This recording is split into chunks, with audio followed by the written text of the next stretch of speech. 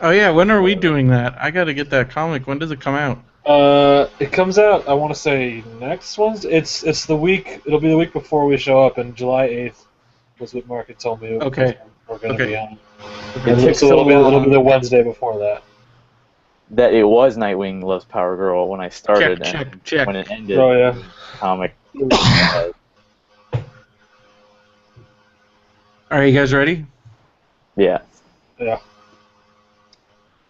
Oh, let me in case.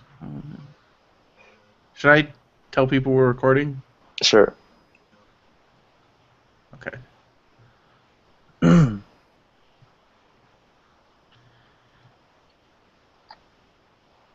When did Benson show up? How long were you in the hangout? 5 minutes. You weren't in Yeah. there since like 3 o'clock. I No, I was, didn't. but I was doing stuff because then I realized. So I was like, oh shit, 3:30. Jumped the gun. Let's see.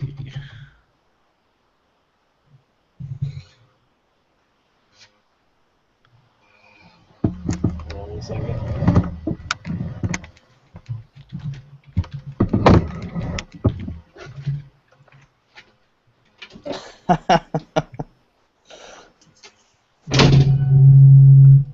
My dog wanted it. Sorry.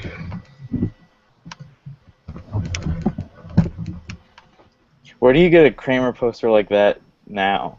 There used to be poster stores in the mall. On me? I don't know a No, Crane he, poster. he had a Kramer poster. Oh yeah. Poster party? Did you get it at Comic Con? I don't remember where I got. Actually, I've had the Kramer poster for years. I don't remember where I got it. It was a big item in '95. Yeah. Well, now I've seen people with that as a shirt. I remember on Even Stevens, Lewis had that in his room. The master Is that of why you got it? No, that is where I first saw it though, but I bought it when I started watching Seinfeld. You first saw it in Even Stevens and you wanted it because it was in Even Stevens? No, I just said I bought it when I started watching Seinfeld. That's crazy. That's like says like you saw something, like you saw that before you even watched Seinfeld, and then you're Yeah. like, oh, that's that poster from Even Steve.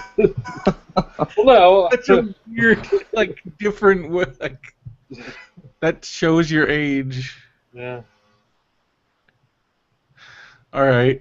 There's a master of my domain guy. He had a shirt. Actually, it was the Soup Nazi guy because he was at WonderCon. Oh yeah, we saw him there. Benson missed him because he was in the can. I had He's a like got a lot close of encounter with connections. him. Yeah, there's a lot of like Jennifer um, from Back to the Future is like at all of them. Virgil.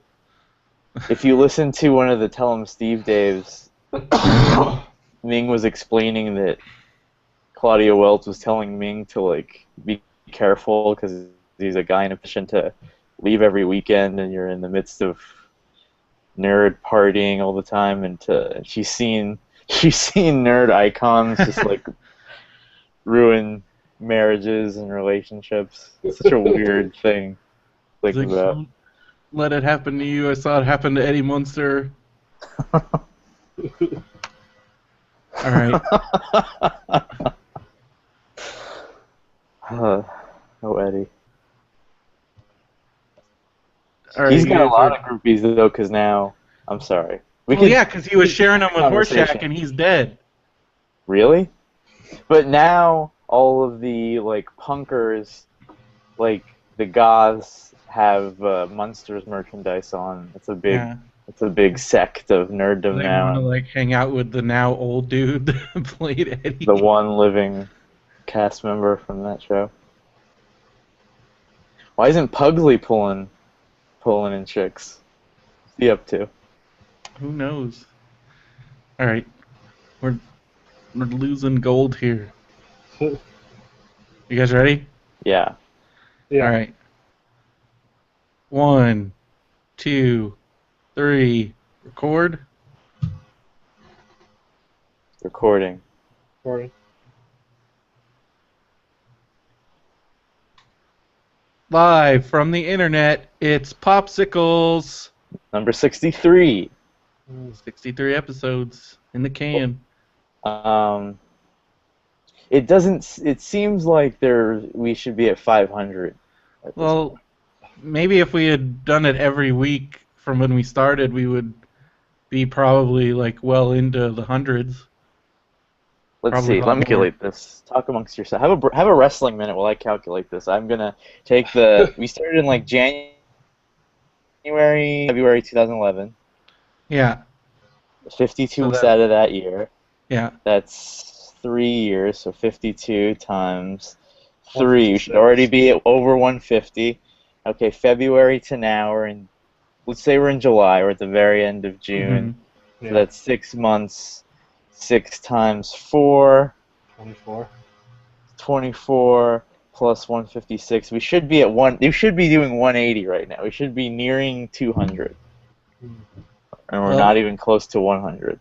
hey, at least we're doing it. A lot of people do a couple episodes and are done. Quality, We've not survived. quantity. We've survived a lot of different moves and Moves, things cast and changes, hiatuses, vacations. retoolings. Eldon Hansen was Brendo for a few episodes. That didn't work out. But before we started recording, we were talking about. For some reason, we got into talking about Butch Patrick. I guess we're talking about people that show up to all the Comic-Con. And was wondering why like Pugsley isn't out there trying to like pull up the goth chicks. And then that's a good segue into me. Like this week I went to that famed bar arcade downtown, 82. Yeah, was it You cool? heard of this? Yeah, they had it was Well, those pretty are big. popping up all over the place. I saw They your are. pictures. They are, and they're of varying quality. Yeah. I mean, you can't have a lot of filler. I think, to me, the ultimate arcade that you have to emulate is Fun Spot from the King of Kong. Yeah, I mean, that's like one of the ultimate. That's like a true arcade. Right. If you have to have every cabin has to be something good. Well, some of those good cabinets are hard to come by, so sometimes you have to fill in with whatever you can find and that's in working condition. And Right. then like the one by in San Diego that I go to every once in a while, you can tell they started off that way, but they're slowly filling in the gaps with like good stuff. It just takes time for them to track down some of these. Like I talked to the guy and he has like a giant list and he's always looking for. So like he just got, they've been open for like 2 years and he just got a 6-player X-Men machine. Wow. And it's The like reason I say that's a segue, not to interrupt you, is that because there is an Addams Family pinball machine, and I realize I didn't say that. oh well, Go ahead. Sorry. that is one of the greatest pinball machines It I would have to is. say of all time. Did you get to do the Mamushka? I did. I accidentally did it. But here's the thing. I spent most of my money on that.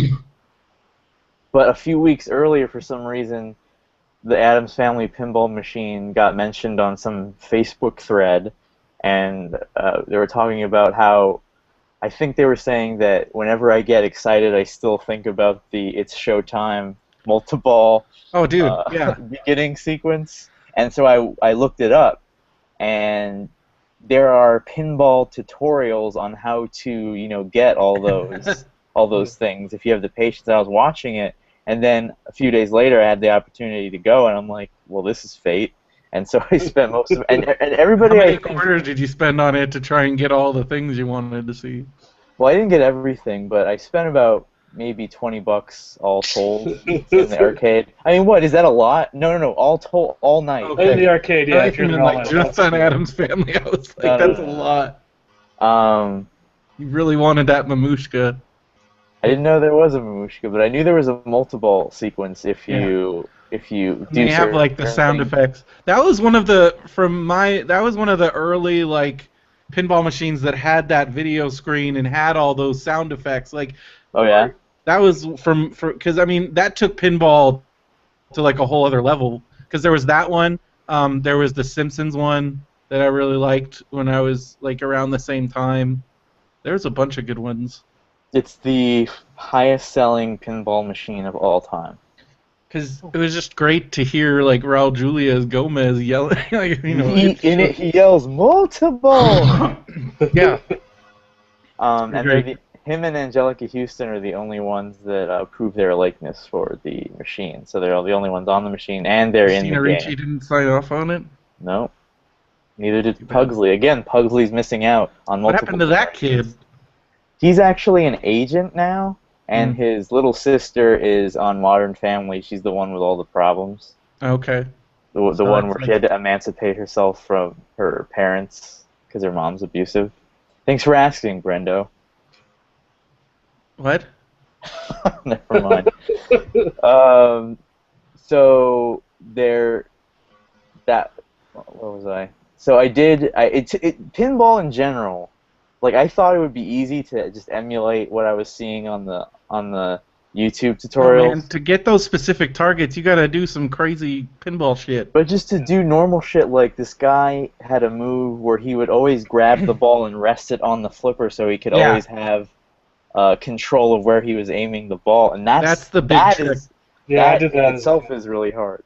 That took me a long time to learn. I learned that when I was when I went to the Boys and Girls Club for a while. We always had at least one pinball machine, and I remember one of them was like this poker game, but one of the counselors taught me how to do that trick, so you could get like a royal flush. It was pretty dumb, but it comes in handy because that's the standard trick is being able to catch the ball and let it, and then get it to the whatever part of the flipper you want.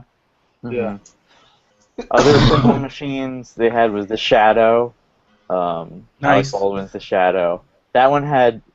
You can tell the machines that are serious and the ones that are beginners because the ones that shoot the ball again if you drop it like a dummy, those that automatically do that. Those are the easier ones.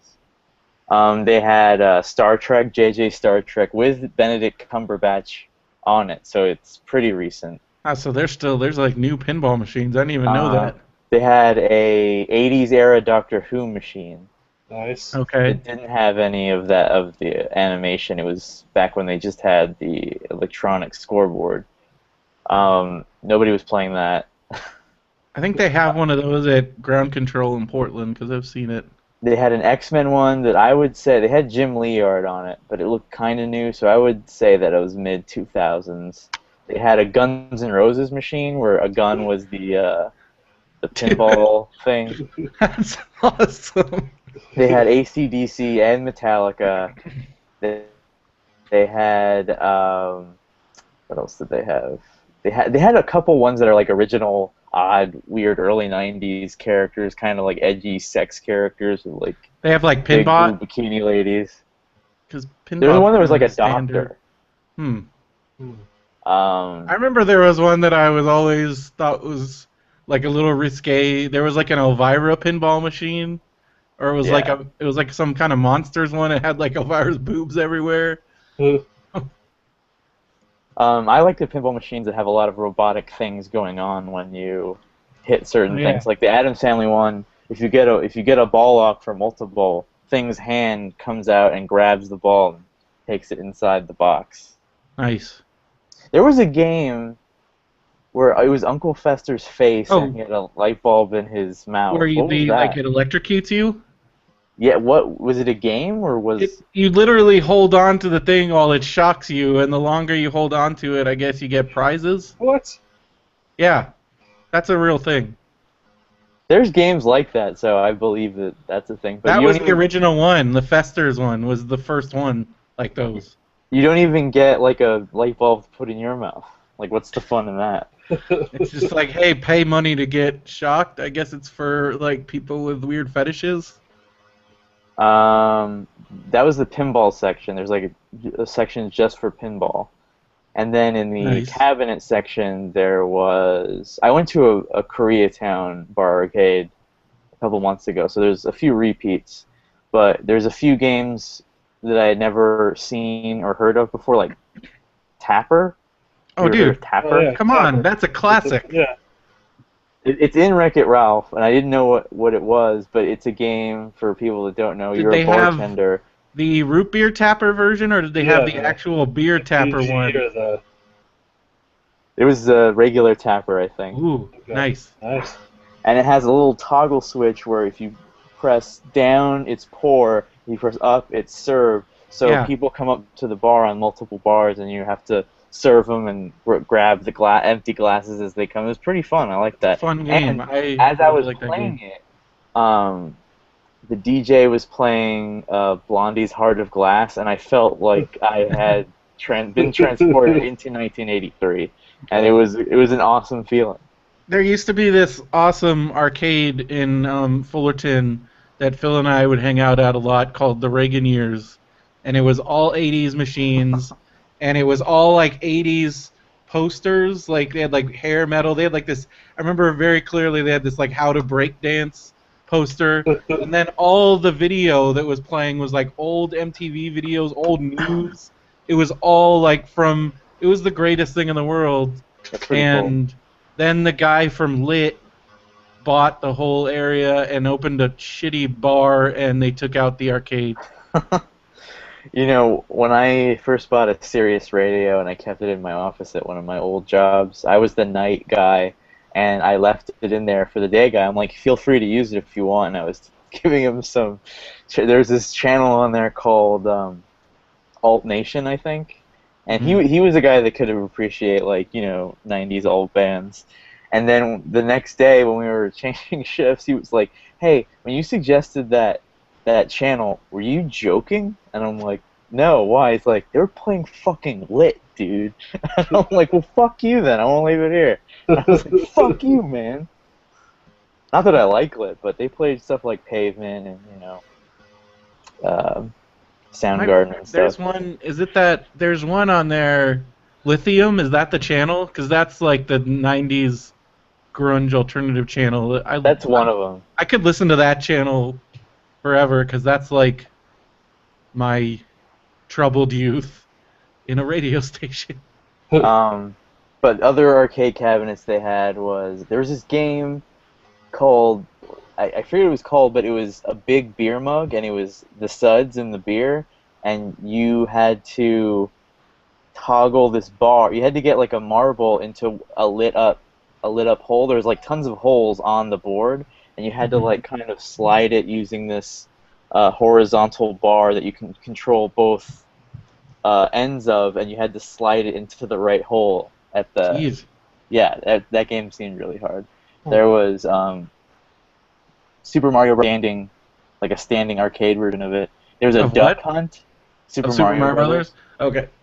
There was Duck Hunt on its own, where you were limited to 3 shots, which I thought was bullshit. Did they have Punch Out? They didn't have Punch Out. They had Paperboy, which is hard. Nice. Paperboy is really hard. It's and so it gets, fucking hard. It gets progressively harder to where, like, Sunday, when the newspapers are, like, double the size, it's, like, impossible. And, like, if you're trying to do anything above Easy Street, they crazy. They make the Sunday papers fatter and harder to throw. Yeah. I never made it to Sunday. I made it to Sunday on Easy Street a few times. Again, Boys and Girls Club, we had Paperboy, and once a month when the guy came to get the quarters out, he would put everything on. No, he wouldn't put it on free play. He would just put like, he would give every machine like hundreds of credits, so it was like free play for a couple days. That's nice. And so we would try to beat. That was the game we would try to beat then with Paperboy, and I could only get to, even with unlimited continues, I couldn't beat Sunday. They had Burger Time, which is a game. I saw your tweet about that. It was really funny. So hard that I realized that I really need to apologize to Brian Koo from King of Kong, who is, I think, the all-time reigning champ, or at least was at the time, of Burger Time, but they made it seem like that's like a really stupid achievement. Burger Time's really hard. Burger Time is hard as fuck. Like, if you've never played it before, you're like a chef, and there's these levels, and each level has a piece of the burger. There's like 4 different burgers that need to be assembled, and each part is on a different level, and you have to step on it to get it down below to assemble the burger. And there are these what are they like trying to kill you? These things, Just like various food items. food and items that are stuff. trying to attack you, and you can attack back using the pepper button, but you only get so many peppers. And then my pepper button got stuck.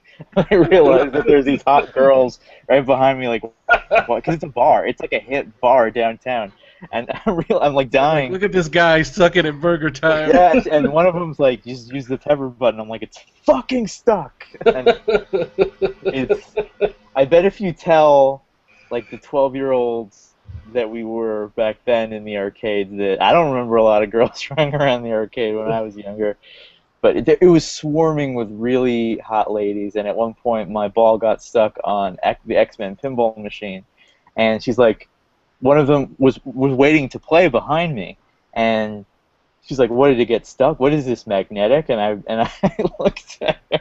It was the X-Men pinball machine game, and it was right next to the little Magneto figure inside. I'm like, that would be pretty ironic, wouldn't you say? And she had no idea what I was talking about.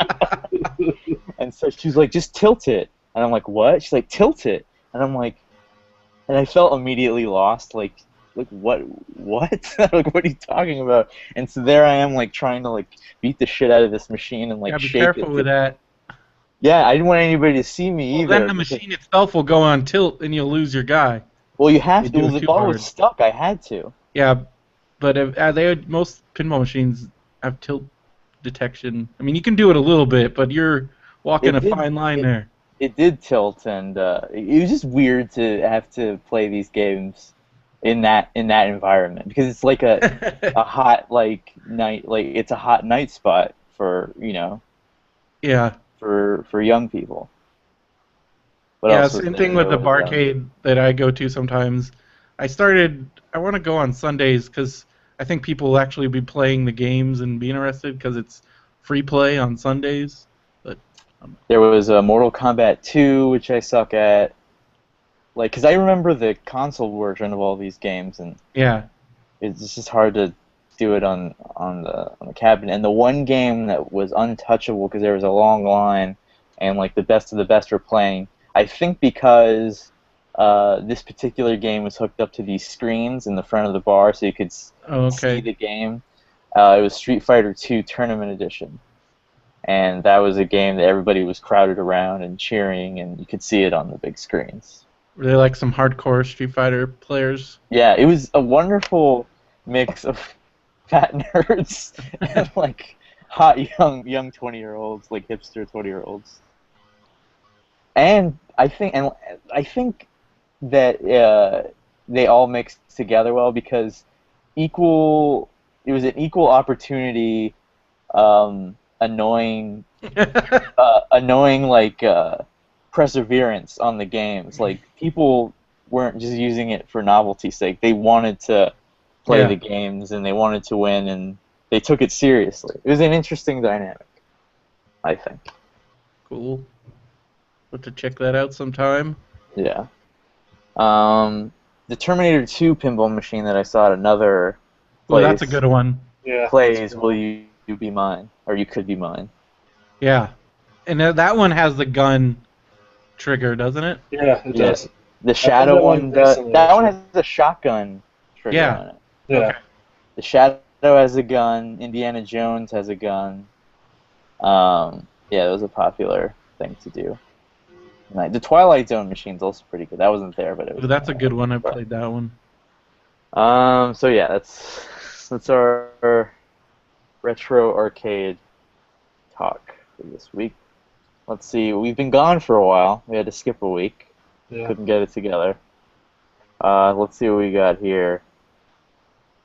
Oh, I wanted to bring this up for a while, and I brought it up a little bit on Radio Brendo Man, and Phil immediately got uncomfortable and stopped that talk. So, what's this game? I think it was maybe announced at E3. It's called What's this game that you... Tomodachi Life, and Right. now I have. What do you do in it? So you have these Miis, and you can put any Mii you want. You can create Miis. You can download them off the internet, and then you like feed them and give him clothes and stuff. And Okay, the first thing Brendo does in Documents of the World is he dresses up as a furry and starts having sex. it was the with limited Zach edition Morris. panda suit, and we weren't having sex. You can't have sex in the game.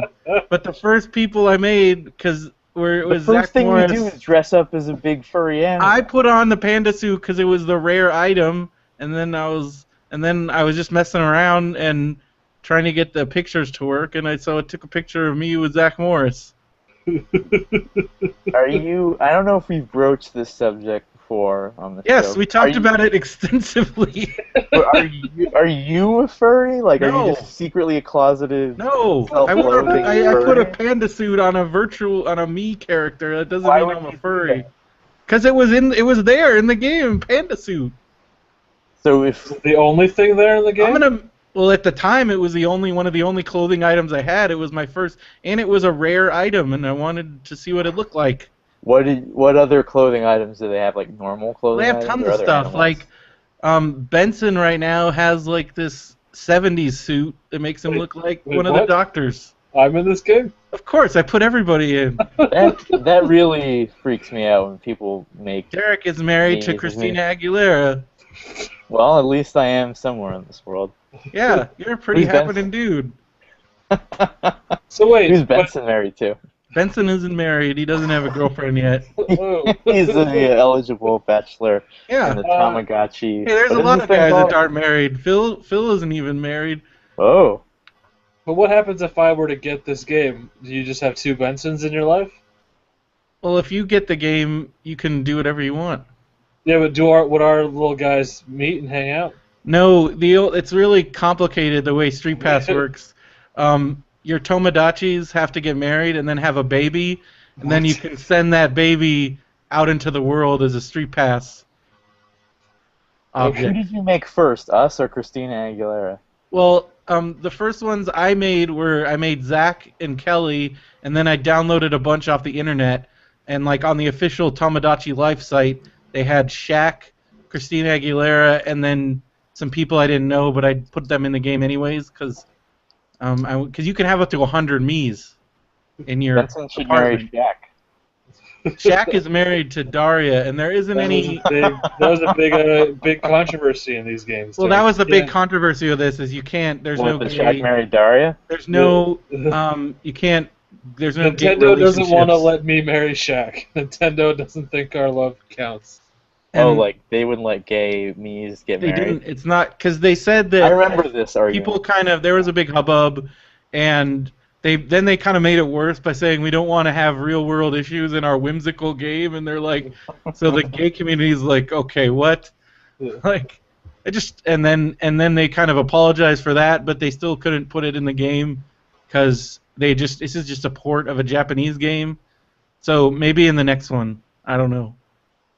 Should we be spending any time on controversies like video game characters getting married to other video game characters before all real people can get married? I agree. I don't think it's a big deal at this Yeah. point. I think there's, again, like you said, there's bigger things to worry about. Like, if I can't get married, well, I can now actually in California, but in my soon-to-be state of Texas, I will probably never be able to get gay married. So Just the way you put it, it's funny. So that I just wanted to address that. So Brendo So- might be moving to Texas soon. That's a good segue. yeah, I'm Yeah. probably moving to Austin by the end of the year. I'll say that. So this is your last local Comic-Con experience. In all likelihood, yes. All right, then we gotta make We sure we gotta do this do right. it up. But I'm still gonna go to Comic Con every year. There's no way Right. I'm gonna miss Comic Con. But I'll go back to, probably end up rooming with Benson. Yeah. There's And you if you want, but I don't know. You're very So- apprehensive about all right. that. And here's a good opportunity to ask this question. At what age is rooming with like 10 people?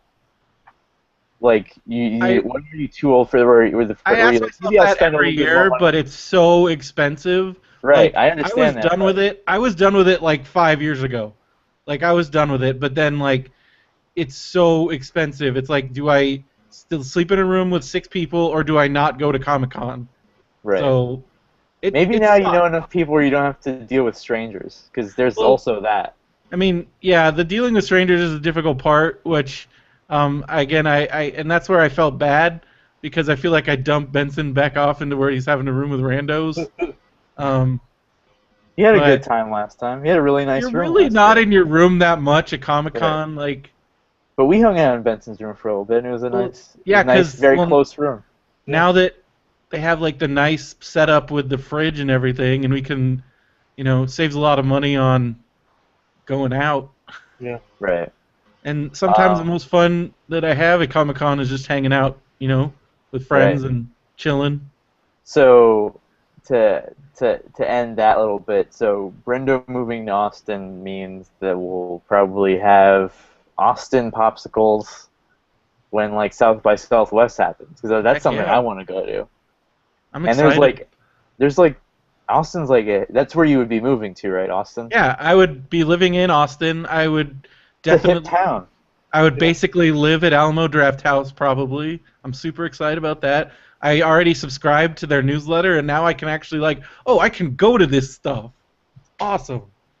It's the home of the Mondo poster. Yeah, Yeah. dude, they got the Mondo Gallery there. They're gonna have Mondo Con now. How do you think this will affect like your diet plans? Like Texas is a Oh, dude, I don't very know. rich I'm in gonna have foods. to, I'm gonna have to be real careful. I'm probably gonna have to start working out every day, like hardcore, so I don't get because yeah, it's the land of barbecue and 80-ounce steaks and I don't You know. may get lynched when you try to go to the market and try to buy your lentils. They Yeah. probably don't even sell lentils in the state of Texas. Well, Austin's a little different than the rest of Texas. Like it's kind of the little liberal, normal, like college town. It's not really like the rest of Texas. When I over the Thanksgiving holiday, some friends from high school visited because they were in town for Thanksgiving, but it was 2 people that I knew in high school that got married, and he was in the military, and he was stationed in Texas for I think the last year or so, and he was moving to Oregon, and he was so happy to be because we went to a restaurant. He's so happy to see people not wear sweatpants, and he said that nobody like at all cares about their appearance when they go out, and he was just disgusted by the population of whatever city he was in Texas. But you can wear sweatpants now, and you don't have to care about your appearance anymore, Brendo. I want to care about my You appearance. just wear a beefy tee and a nice drawstring shorts. So basically, just give up. Give up. Yeah, why not? Throw in the towel. So back to Comic-Con. It's almost here. Yeah. It's approaching. So It looms. you seem to be getting very excited about the Marvel panel, as if you plan on actually going to it, which would mean you would have to camp out. Okay, let me address. Are you camping out? Let me address what you just said. Brendo's assumption that I'm getting super excited about the Marvel panel is me texting him going, "Hey, they're probably gonna do Avengers 2 at the Marvel panel." That's me buying lanterns and pup tents to Brendo. Well, That's me buying butane why even canisters. I just would rather not know because I know I'm not going to be able to go to it. Also, I think that we all know that Brendo is a you can talk him into a lot of stuff. You can sway. Brendo's very swayable. I think that I could sway him if I really tried. So but I'm just surprised if you really said I want to camp out. I would probably do it just for the experience, but There you I go. don't See, I already see talked you him into it. actually doing that because I could see where we get there and you're like, this is a horrible idea. Let's go home. Yeah, step 1 is convincing you to camp out with him, and then step 2 is you camp out and he shows up the next morning and just joins That would don't reveal all I'm of not my going to be plans. your Screech waiting for the U2 tickets. Not doing that.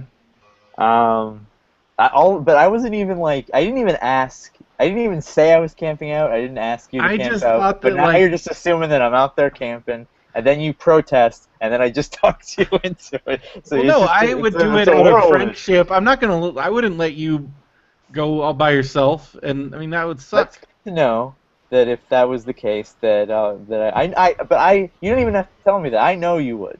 I know you would. I know that you would be up for some I just hardcore that ass what planting. you're asking for entails sleeping on cement for an evening, Right, but I and didn't. I know I didn't ask for that, but it's good to know that you're ready. I just thought that was where you were headed. Are you trying to tell me that you want to do that? No, I don't want to do that. That sounds horrible. Hmm. This is gonna probably be the Marvel panel to end all Marvel panels, though. I know. Avengers 2. It's probably the last era of good Marvel, maybe. Yeah. I don't know about that. Just like ladies, well, maybe it's over now. It'll be like, ladies and gentlemen, Peyton Reed, and everybody will just throw throw tomatoes onto the stage. If I were, I don't even know how you're Marvel and you do a panel and you even broach the subject of Ant-Man At in Comic Hall Con, H. I don't think they will. If No, they're because then you just jettisoned one of the because most beloved especially Comic-Con. Comic-Con, like he is a god at Comic-Con. He does the best panels. Right. He's Yeah. hilarious. And so you have now is on the defensive now because they have deprived us of that Edgar Wright Ant-Man panel, which I probably would camp out for that, to be honest. You are already on that pavement, man. You need no swaying at all. I don't even. Do you think they'll even talk? They I doubt it. They can't have. They're gonna bring out the Avengers, and they're gonna hope that nobody asks about Ant-Man. They're gonna just be out there going like Avengers, look at this, and also Guardians. That's gonna be like the last big ramp up. I mean, Yeah. like But they did the Guardians panel last yeah, year. but They they'll probably do won't. something just to like get everybody hyped up or something, but they'll just make everybody feel good, and so that you don't talk about Ant-Man. Maybe Yeah. they'll make some other announcements about other stuff. Just whatever they can do to have people Yeah. not talk about Ant-Man. Maybe they'll do a secret advanced screening of Guardians. It's close enough. Oh, I'm sure they probably already have that planned. It's Yeah. probably, Wow. Like me and Brenda were talking about Comic Con earlier this week about 2003. He said that your first one is 2005. Well, my first one in this run of like this will be my 10th consecutive Comic-Con. That started Wow. in 05. And this is the 45th year of Comic Con. Yes. But back in I the went day, like once in the 80s when it was like at some random hotel downtown, and then I went once in high school. you were saying that back in the day, people used to line up for things, but now like everything is ticketed now. Well, yeah, you could. Well, the first thing that's different because in 05 and 06, you could walk up and buy a ticket that day, and that kind of things got crazy starting in 06. Like 05, I walked right up. There was no line. I bought a badge, and then I walked right into Hall H, and that was like the one time that would happen. That was the first year Hall H existed. People didn't really know what it was. The next year, that's how fast it ramped up. Was the next year I waited like 4 hours to get a badge, and didn't get into the convention until like 2 o'clock that day. For my one day that I was there. I think it was like Saturday. So when did you start buying them in advance? Well, then the next year I didn't get a badge because they was the first year that things started selling out. Because I was like, oh, I'll just do what I did, and then I ended up getting a badge from, I think from Ming actually, and I got to go for one day. Like he had somebody from the graffiti booth wasn't working on Sunday, so I got an extra badge that way. So when did you start going for all? Then the year 5 after days? that, so 2008, I was like, all right, let's just do this, and that's when this was before This is when we were getting hotels on our own, and so that year actually we stayed at the Hyatt for like 2 days, and we stayed at the what was it? So someplace, the Sheraton, I think, but it was like on a little island, and you had to take the shuttle, but you couldn't walk to the con from there. But that was the first year, was 2008 when I went for everything, and then 2009 was the first year we had a pro badge. It's the first year I went because I used one of your guest Yes. pro badges. then I first went in 2011, very angry because I had a 2006 state of mind in 2011, and it was not working out. But last year, I Once fully you committed. embrace it and you Yeah, commit, then it's all good. it's much easier, and that's all. I would I want to credit Brendo for having, like, we're all dealing with the result of all of Brendo's honing of Comic-Con skill, and we enjoy the fruit of that.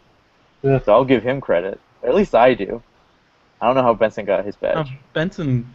Well, now Benson's kind of graduated to where he's able to get his badge, but he knows that we've got his back if he doesn't. But he's kind of graduated to that next level of Comic Con. I don't know. Right, but each year, hopefully we'll stay one step ahead of whatever the changing times of Comic Con Yeah, is. I mean we'll see. I mean we didn't get our panel this year, so I don't know. That's official. Yeah. But 2013 was a good year. That's It was so probably- much that I had left Yeah. by Friday. I'm like, I've had enough. But I think this year I'm gonna stay that extra day. Well, I'm still trying to figure out if the train is for me, and I'm leaning towards maybe train. it's up to Train's you. the way to Whatever go. you want to do. Train's great. I did it for years. Last year was actually the first year I ever drove to Comic Con. And I like it's just so easy being able to take the train and then not worry about it if you're staying down there. So, but I'm hoping maybe this year, like I've wanted last year I was thinking about doing this, and this year we might be able to pull it off. But the problem with taking the trolley in is that the trolleys don't run super late. Like they run till like 1. Not even that. They run because I remember I was staying in Chula Vista a couple years ago and I had to take the trolley back to my hotel room, and they stop at midnight. Okay, yeah, and see, I don't like that because, as everybody knows, some of the best stuff at Comic-Con happens after midnight. So I don't want to be tied down by a trolley schedule. It does give us memory. At the time, they're infuriating, but it does give us great memories. Like, I really do love the memory of wanting to go to the Agents of S.H.I.E.L.D. panel, Brendo going, "When do you want to wake up?" And I'm like, "This time." And then Brenda wakes me up 45 minutes after that time. He's like, "Hey, I let you sleep in." And I don't say anything because I don't know why I don't say anything. But we're late, and then we're driving I slept there. in, and I was just trying to make it sound like... Right, but I didn't yell at you or anything. Well, this year I'll make sure that whatever time we agree upon, that we get up at that time. Right, but it doesn't stop there because, like, I think this was Friday. Like, parking was becoming a madhouse at around 11. Yeah, we got there way too late, and it was already crazy parking, so I just parked at Horton Plaza and was like, fuck it. And that ended up costing $60. And Brendo was high enough that he didn't care by the time we left, and I drove home. But maybe it was the day before we parked on some street corner somewhere. Yeah. Really far away, and when we walked back at 2 in the morning, it was like a completely empty San Diego metropolitan area, and basically me and Brendo were walking back to back like we were in some Left 4 Dead video game, and I remember walking in silence for like the 20 minutes we're walking around these cityscape areas to the car, and that's a treasured memory to me now. I had fun. So this year... I'll make sure I don't get so high I can't drive home. That's fine. I didn't mind driving. Because we had agreed to split it actually, and you didn't remember. That was fine. I had like set aside. I was just in a good mood because I was saving so much money that like it didn't even matter. Like I still ended up ahead from like previous years, and I ended up being able to buy like 4 Mondos. It was great. Yeah, it's a fun time, even when you think it's not going to be. Like, it always works itself out. What's your biggest Comic-Con disappointment? Like, what? Because last year was really good. Maybe the foot's going to drop this year. Probably. Well, there was one year where I against my better judgment, I decided to try and get into Game of Thrones. And this was I think it was the first year of the Game of Thrones panel. So I'm like, how crazy can it be? And it turned out I probably would have been able to get in if it hadn't been for the fact that one of the panels after the Game of Thrones panel, Matt Smith, Doctor Who, was on. So all the Doctor Who fans had camped out like overnight, and I waited in line for 3 hours, and didn't get into the freaking. Was that the year they were still in Ballroom 20 for Yeah, some they were in reason? Ballroom 20. They didn't predict that those two Yeah. maybe should have been in Hall H. And so, but I did get in. I got in time to see the panel that Matt Smith was on, even though I didn't even watch Doctor Who at the time. So I'm like, wow, they really like this guy. Like, people were going ape shit. But then, and then I got to watch and then I was planning on staying. I wanted to go to these panels anyways, but it was Shameless with William H. Macy. That was cool because he was awesome. And then Dexter, which was that was the season that Mos Def was on, and he was really funny on the panel. Nice. So it ended up being okay, but the whole waiting in line for and it was like seriously 3 hours, and I was like, oh, I remember what this feels like, and so since then I'm very apprehensive about waiting in line for things because that feeling sucks. Benson, what's your biggest disappointment? Uh, The Voltron panel? But you weren't even there for that, so I guess... No, I was. Well, I was there. Oh, yeah, but you weren't... That wasn't what you wanted to see, wasn't it? No. So that was almost like a little bonus. Thing, yeah. There was a year... I have missed one community panel at Comic-Con. I've been to all of them since Season 1, except for one of them. That was pretty disappointing. The year they were in Ballroom 20, and it was like totally crazy. Yeah, the last year they were in Ballroom 20 before they moved to Hall H. Yeah, and people... That was like the total clusterfuck. Which would have been Ballroom the 20. Season 4 panel, by the way. So, Yeah. I mean, maybe in retrospect it wasn't that... Because Dan Harmon wasn't at that panel. What was he? Wasn't that before he had officially been fired? Maybe. Because I He think got that might have fired been in right May. after Season 3. Oh, no, so he would have been fired by then. Yeah, I remember that was the big deal. That was the elephant in the room at that panel. Yeah, that's right. But I didn't get in anyway. So. I haven't gotten into a community panel since the first one we went to. That was at the hotel. Yeah, the Indigo Ballroom. Yeah, it's crazy that they've gone from Indigo Ballroom to Hall H. Like that's crazy. Last year I got really lucky and got into every panel that I tried to get into. Yeah. But I think if we camped out all night and didn't get into something, I would probably trash your house. I would probably trash my house. I would probably like that's like being Sally and Linus in the pumpkin patch on Halloween, like missing a whole day of Comic-Con. And I've never and that's the thing. I've never camped out for Hall H ever. I think the longest I've waited in the Hall H line was because of that stabbing thing, and if that hadn't happened, Phil and I would have gotten into the Marvel panel, but then we got in for Kevin's thing, and then afterwards I found out that frickin' Malcolm and Muse were trying to text me, and I was stupid. I was so pissed about everything about that night. Hopefully we won't be privy to any. That's where. Gets. But I've had plenty of every time I've gone to Hall H, it was because there was not really a line, and then it's awesome. Yeah, but me too. Because we got into Kevin. We always get into Kevin's stuff really easy, and he's always the last one of the day. Yeah. Yeah. But last year or 2 years ago, we got to go to Wreck-It Ralph, because Phil got in to Hall H for the Twilight panel, because it turned out there was not nearly as many Twilight people there as they had anticipated, and so there was after the initial rush, there was no line, so Phil's like, I'm in here, so we went in there, but then Phil left, and then he couldn't get back in time because we got to see Wreck-It Ralph and Frankenweenie, and Tim Burton was there, and then we saw a bunch of other stuff. Oh, that was that was Expendables 2. That was when Arnold Schwarzenegger was doing all that awesome, Arnold Schwarzenegger was Terry Crews awesome. jumped up on the table, was doing peck pops. Yeah, it was That pretty was the great. weekend that Sage Stallone died. It was. I remember that. Oh yeah, yeah, it was Um, great. but it sounds like it's going to be a good year. I think it's gonna be fun. Yeah. No Doctor Who panel this year. Did you hear, Yeah. Brenda? That's So, probably. I mean, It we already waited. sounds How great. long did we wait last year and didn't get into Doctor Who except well, for I like 10 didn't. minutes? Oh, I you weren't there for that. You guys waited a long time. Oh yeah, we waited a good 5 hours to see the last 10 minutes of Doctor Who. But I got into Community, which was really what I was more after. And that Community panel is the best panel I've ever been to at Comic Con. That was the one where Matt Harmon came out in the Iron Man costume. Yeah, Dan Harmon.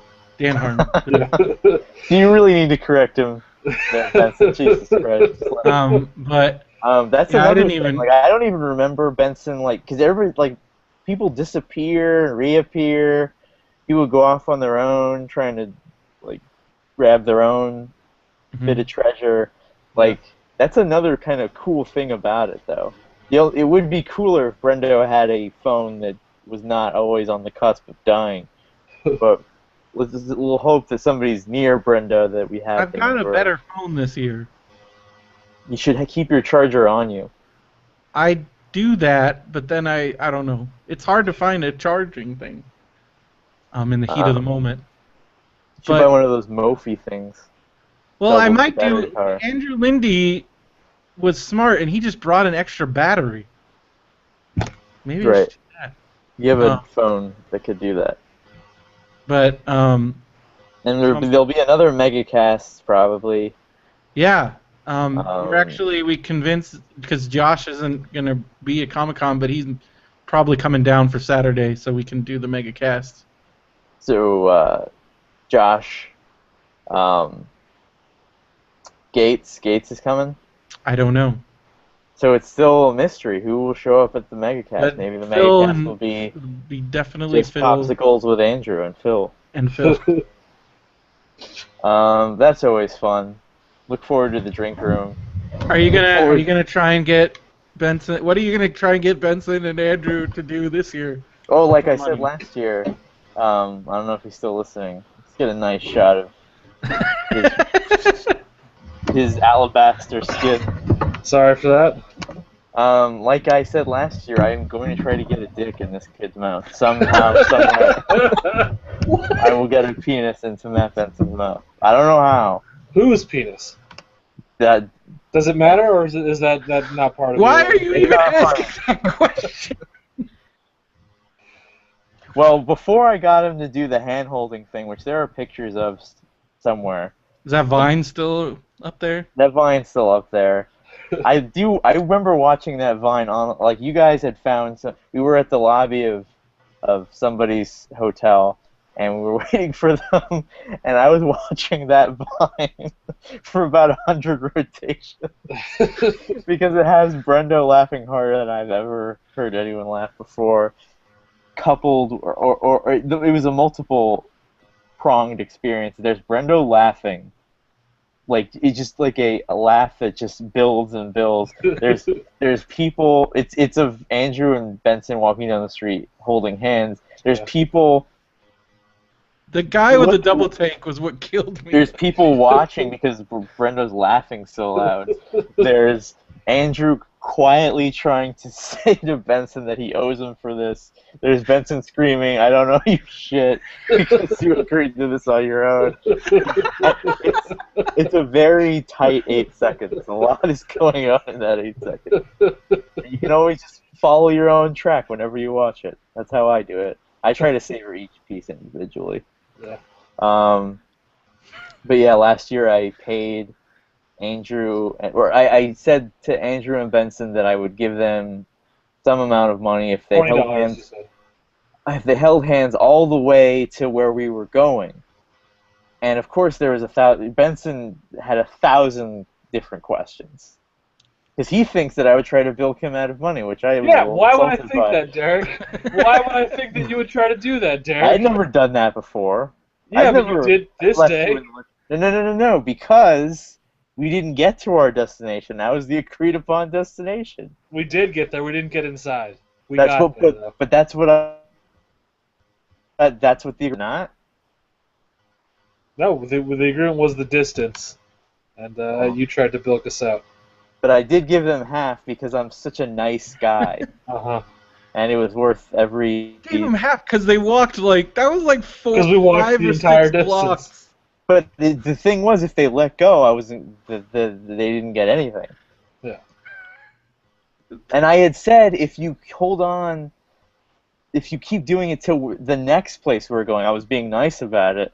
Yeah. That I would give them the full money. They didn't want to do that because Well, I was down for that. Andrew did not want to do that. Andrew was done. I was willing to do that, but Andrew had had enough. It was great that there was 20 minutes of arguing while your hands were still clapped. Yeah, that was another fun memory. I gotta top that. I haven't even looked at like some of the off-site events this year, but I know that party that we didn't get to go to at Petco. Like this year, there's we like went in there. well, Oh, there's like a big on the first night they have like a big event, and this year it's like hosted by MTV and Linkin Park is going to be playing. Dude. But I'm not too hosted by MTV last year. Yeah, well this year it's Linkin Park. Last year it was like Rob Zombie or something cool. Right. I'd be down for any like comedian things. Like I want to do the Doug Benson thing if there's a Doug Benson. You have to buy tickets to all those. And well, I know. Well, then we should look online now because they're probably going to start selling out soon. I'm going to one on Saturday night. Are you going to Thrilling Adventure Hour? Thrilling Adventure Hour crossing over with Welcome to Night Vale, Brenda. I don't know what Welcome to Night Vale is. Oh, it's great. I listened to that and it's really shitty. It's really shitty it's so thing. Great. It's just people trying to be weird. Shout out to Mark Bolton. He loves it. It's a great show. You should check it out, Brenda. It's a show where people try to be like David Lynchian, but it ends Welcome up being... to Night Vale? It's called Welcome to Night Vale. It's the idea is that it's nonsense. like community radio for this small desert town that is plagued by supernatural issues. That sounds cool. It's really really yeah, but Derek, you don't like any of the same comedy stuff that we like. You don't like comedy though. You don't like Comedy Bang Bang. You don't like. I like Doug Benson. That's like the old like. Do you like Thrilling Adventure Hour, Brenda?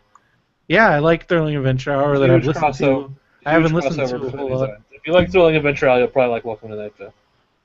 Well, maybe I'll look into that. The Saturday night thing is what? That's what the Saturday night thing is? It's Welcome to Night Vale and Thrilling Adventure Hour crossing over. Okay. Because apparently there was a Doug Love Movies. Did you go to that? No, I went to Comedy Bang Bang, which was on at the same time. Yeah, we went to Comedy Bang Bang. So, you'd rather go to Comedy Bang Bang than Doug Love's Movies? Yes, 100%. Yeah, because you can go to Doug Love's Movies like any time. Well, even if I couldn't, I would still pick Comedy Bang Bang. Oh. My favorite podcast. See, the thing is that knowing Benson, you believe in him enough to be disappointed every time. That's the thing. This is just you, Darren. Other people like Comedy Bang Bang. It's a great show. I'm sure lots of people do lots of things. That's disappointing. But last year they had Leonard Maltin on, and there was an argument about Back to the Future 3 that I didn't get to be near. Yeah. I gotta go to that Rotten Tomatoes panel this year. Yeah, I'm all for that. Especially since we went to the one at WonderCon, but like it wasn't that great. It was all right. Rob Van Dam was there. Even get in. Oh wait, no, we didn't get into that. We got into the thing after. That's right. Yeah. Man, I should have just quizzed you about your memory of this panel that you didn't see. What was the thing that we went to? What was that? Man, I forgot already. Oh, it was Comics on Comics. That's what we got into. Oh yeah, that's where Rob Van Dam was. And that was okay. But you guys were at some other thing. Panel. You were at a Marvel panel, weren't you? Yeah, I was at the Marvel Comics panel. Okay. It was great. Mark Waid was there. Kelly Sue DeConnick. Good times. Well, I got to see RVD. Who wasn't supposed to be there because I had thought he wasn't going to be there because he was supposed to be on tour in Europe, but he didn't go to that. Yeah. So one of the biggest disappointments of that Rotten Tomatoes panel is that Benson had a chance to ask this amazing question, and then he didn't do it. Well, now you can make up for it. There was no, the format they had, there was no way I could have asked that question. I had to improvise on the spot there. But you were asking a question that was easily dismissed. Well, listen. This was when you were asking Leonard Maltin the question? Leonard Maltin gave The Big Lebowski a negative review, so I had to call an audible because we could only ask about one movie. My original plan was to say, hey, Leonard Maltin, you said Back to the Future Part 3 was the best Back to the Future, or I might have gone, you said Terminator 2 was the worst Terminator. I wanted to go with one of those. Those were interesting. They had limited us to one sentence in one movie, and there was no way I could get that across. Why couldn't you should've say picked one of those. about Back to the Future 3? Why couldn't you just say that one sentence? Because he said it's a good movie, and I agree with him. Like I can't fight him on something that I agree with. There's more to it than that. I feel We that had to the argue. audience... The idea was to argue about one specific movie. So why don't you And do Terminator 2 then? argue. Yeah. Well, I thought of that afterwards. Oh. But in my defense, Leonard Maltin did give The Big Lebowski a negative review. But everybody loves that. Yeah, but Leonard Maltin those aren't did his controversial. review, Derek. Did he say that he still doesn't like it? No, he agreed with him to get Benson off of the goddamn... Right? You know what? Like, You didn't I'm even not fucking being go up funny. there, Derek. So don't. But I'm not Yeah. being funny. Look at this guy, like this armchair guy. He won't like. No. Listen. He Say did things that, like right? Warren Beatty. What are you He, yelling like, at me he for? gives me crap, and he wasn't up there. I didn't see him asking Warren Beatty questions. Wait, what are you yelling at me for? He gave me a hard did time that. about. Did he not do that? He was starting to do that to everybody. It wasn't just to get Benson off of the stage. He was just agreeing to agree to end the panel. Yes, you were. You were sitting next to me, right? No, I wasn't. I wasn't at Rotten Tomatoes.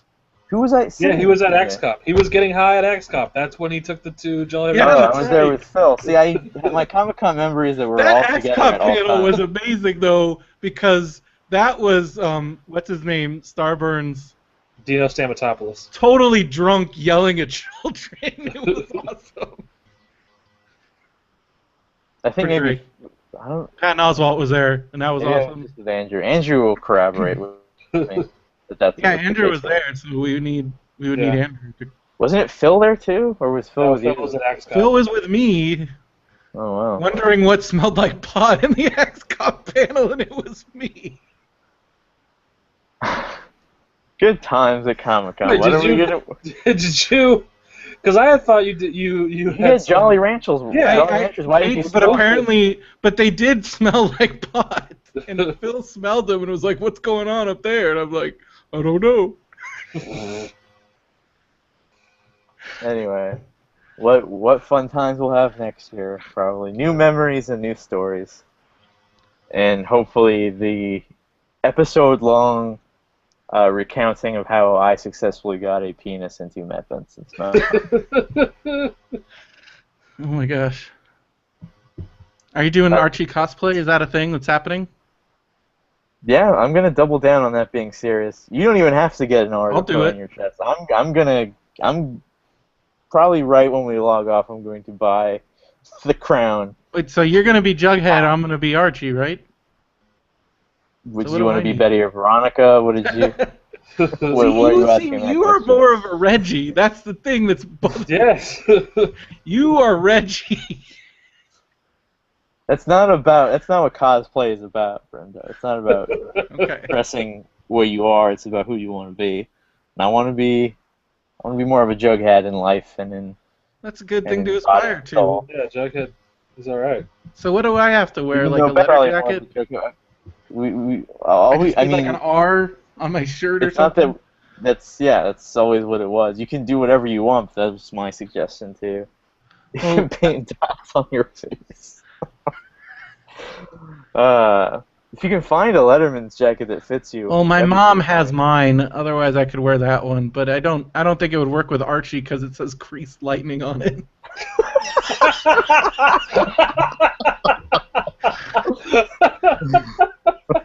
That's my nickname in football.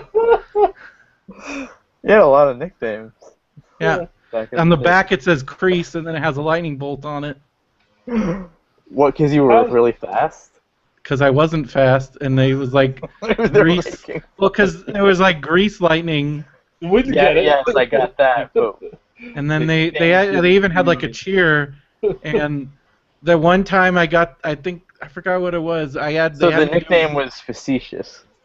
Yeah, but it wasn't like mean spirited. It was just a fun thing. I had a chant. But what were they chanting for you to do? No, it was just like they would chant "Crease Lightning." And then you would do what? I would But don't people usually cheer because they want you to do When I was something? playing football, I was like tackling people. I didn't Right. play a whole lot, so it was Crease, mostly like, during practice when they did the chant. I don't know how you held on to that one for so many years. Yeah, I how didn't. do we not know about Crease Lightning? You've never seen people on Facebook call me that? Like sometimes every once in a No. while when That one would stick in my head. well, they don't. I think a couple times somebody has said "Crease Lightning," but sometimes people when they say like "Happy Birthday" and stuff, they say "Crease." Like people that knew me then. Anyways, so that's. I look At my forward door because the wind keeps blowing it open. Sorry, it's gonna get loud. Sorry. I look forward to Andrew's grandma's comments on whatever pictures end up getting uploaded. Whenever we go to a she con, likes Shut Up Leonard on Facebook now. That's exciting for me. oh, does she? Yeah. Because at WonderCon this year, there's a picture of, and if you haven't seen it, Our amazing picture. I highly suggest putting in the time of seeking this one It's a out. great picture. Of Brendo, Phil, Matt, It's all of our moms. My mom in all caps. Great picture. and Andrew. It was at the Nintendo booth in the Mario Kart 8 cart, and it's everybody around Andrew who's in the car, and his grandma's like, "Hey, little." Because none of us larger guys wanted to get in the car and potentially get stuck in said car. Now I'm jealous that I wasn't around for that delivery. There was some discussion. But she has a nickname for him. I don't remember what it is. Well, it's just, I remember her exact comment because the punctuation was really weird.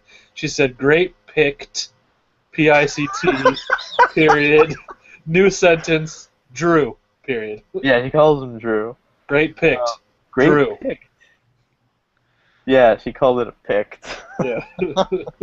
But and then last year it was the. We should really put this up somewhere where people can find easily. Wasn't she defending? Yeah. Well, there was I posted it. Somebody tagged Benson or Andrew or both in a picture of them holding hands, and then people started Somebody. No, but I don't know Benson's friends. So one of Benson's friends got a hold of it and shared it or something, and they were starting to make fun of Benson and Andrew, and I think Andrew's girlfriend at the time, now fiance, was like, "What the hell is going on up there?" And then, Someone broke in with the very timely and never used before Brokeback Mountain reference. and then she came in, swung in to Andrew's defense. Someone leaked the photo. Mario Father said. She swung into defense. There's a great way she described this one too. It was like, not on your life, slime ball. Or something like Bozo. She was Bozo at one She was point. like, she wasn't addressing. I mean, everybody was saying something, but she was acting like she was addressing one single person. She was like, "Not on your life, bozo. It's just a friend thing." Like, I'm gonna see if I can find it. Yeah, somebody find that. I'm gonna search for it too. Brendo. Oh, I found it. I found it. Okay, read the comments. Okay, so first, our friend Jordan said, "Oh, you two are so cute together." Then Juliana, his then girlfriend, now fiance, said, "What the hell? Why the hell are you holding hands?" and then his grandma, she came in. I do like the subtleness of the photo because it's like, oh hey, here's Matt and Andrew enjoying Comic-Con, but if you look, they're holding hands in what I remember to be a very. Is that the one where Matt's pointing at something? No. Because that's my favorite. I was taking the photo saying, hey, let me find our next destination when I was actually just taking a picture of them, and I guess I wasn't as subtle because I think one of them is in mid screaming at me like, I know you're taking a picture. I'm screaming at you. And Andrew, kind of smiling, but also looks like it kind of caught on his face. It's pretty good. I can post it in the chat. Yeah, I gotta find this, but their hands are entwined in what I think to be a very awkward. It doesn't seem like Are you interlaced? Are they interlaced? There's the picture. I put it up in the chat. It's in the chat. The link is in the chat. Okay. I want to see Anyway, the then comments as well. The so I'm grandma looking for it. said, "No need to be jealous. It's just a friend thing. You are yelling at him. It's great. So cool your jets, doll. You must be teasing, Drew. Love you, EE." So she was yelling at Juliana Presumably. then? She was- And then our friend Kevin made the Brokeback Mountain joke, and then she said, "Get a grip, Brokeback Mountain. Not in your life, Bo." You know? We have to take some sort of picture that'll incite grandmother comment. I know it's never as good when you try to be the architect of this sort of situation, but we need something. Yeah. We need to hear from her. I'm still looking for this picture. It's in the chat. The link is in the chat. Right, but in the chat. I want to see the comment. Yeah, the comments are there. Oh, okay. Yeah. Okay. Looking there now. You won't have to rifle through a bunch of fucking engagement This is photos. from your page. This isn't on somebody else's page. Did you just like it now, Brento? Yep.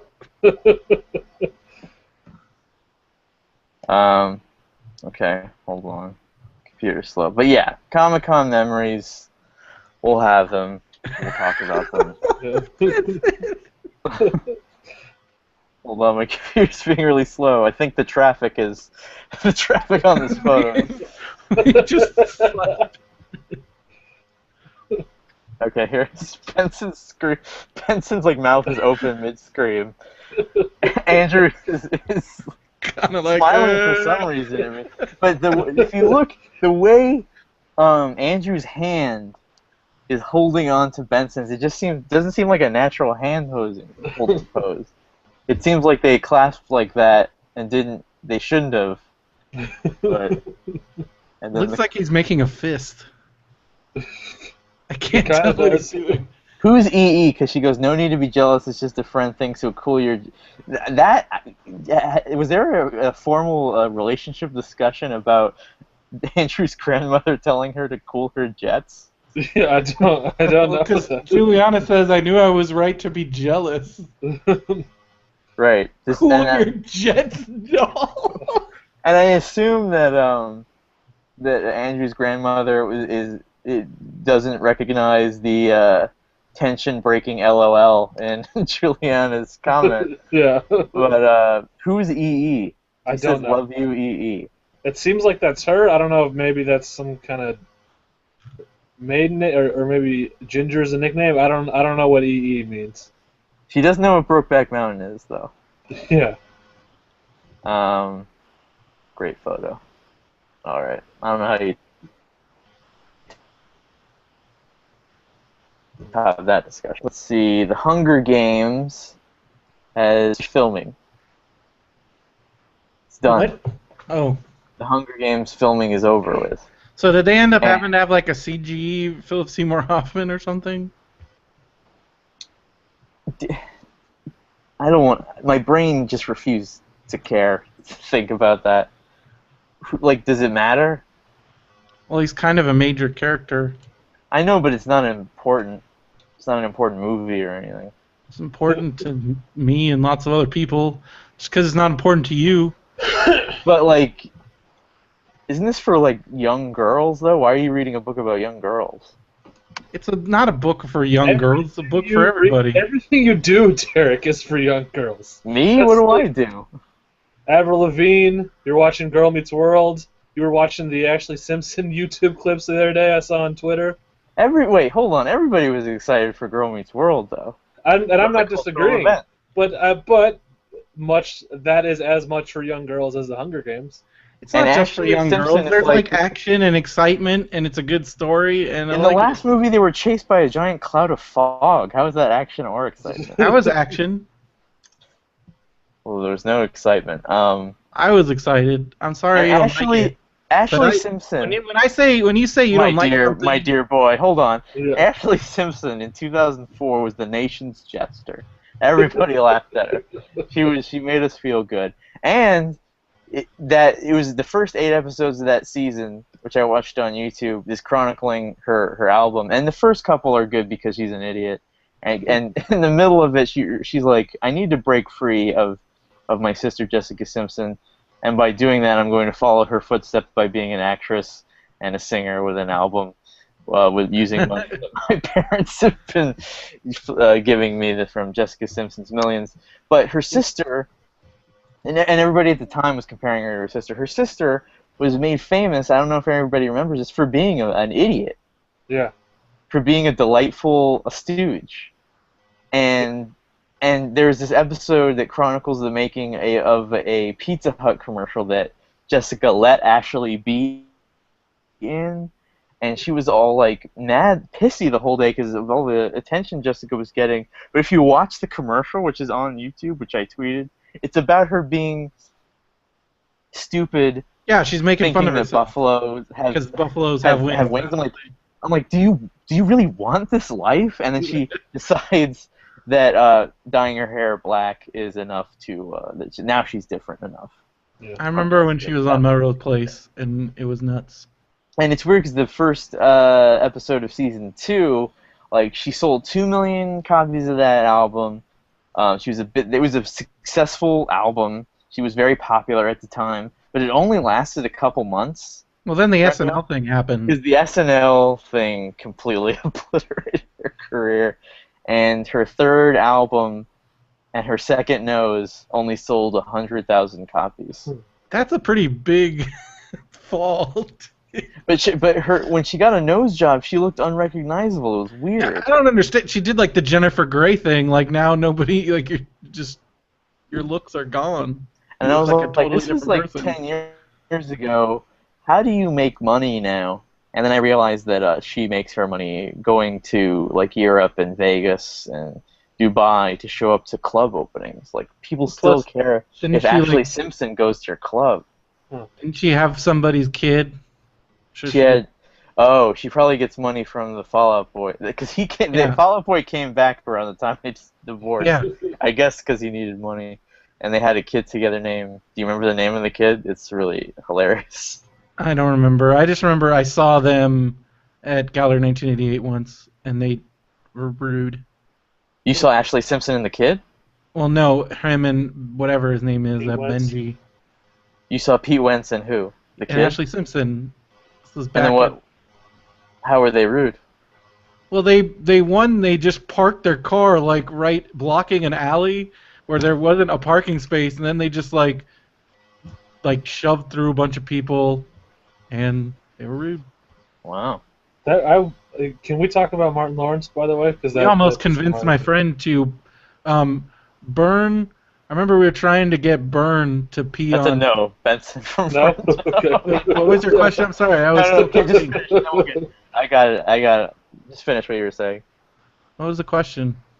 No, you finish what you were saying. I was just saying we were. I don't remember who it was. I think it was either Burn or my friend. We were trying to get because we were all kind of drunk. What year was this? 2006, probably. 2007. No, this was like 2009. Okay. And we were trying to get one of them to pee because it was like one of those Scion XBs. It was all tricked out. Mm-hmm. So it was just a really annoying car, and we were trying to get somebody to pee on it. And they almost did, but then they came back and left. So. If you peed on Ashley Simpson's car and got caught by Pete Wentz, that would be the greatest moment of my life. Not even talking about yours. Like pictures on TMZ of Pete Wentz beating the shit out of Brendo. I would blow those up and frame them for my office. And Brendo being the he's not litigious, but he could be. Like Brendo would probably sue for millions, and then Brendo would get a nice chunk of change off of that. Brendo, you've said before that you're not you wouldn't turn your nose away at suing a celebrity for being shit out of you. No, I remember I wanted to. I actually for a minute thought about trying to get James Cameron to punch me in the face. Now you're goading them on. Now that's the fair. Where were you? And you shouldn't say that on a podcast. Caribbean premieres, because I was we were talking. I was talking to my friends, and it's like, hey, remember when James Cameron punched that guy in the face? And like, what if he punched me in the face? Then I'd be rich. And so then we were like, what could we say to James Cameron to get him to punch you in the face? and I couldn't come up with anything at the time. But So now I that you didn't. say that, even if a celebrity legitimately does punch you in the face, they're gonna have this as evidence to discredit your character. That's why I wouldn't do it. That's how they have to go through all 63 episodes. Go through 180 episodes. Just I'm sure they have a team.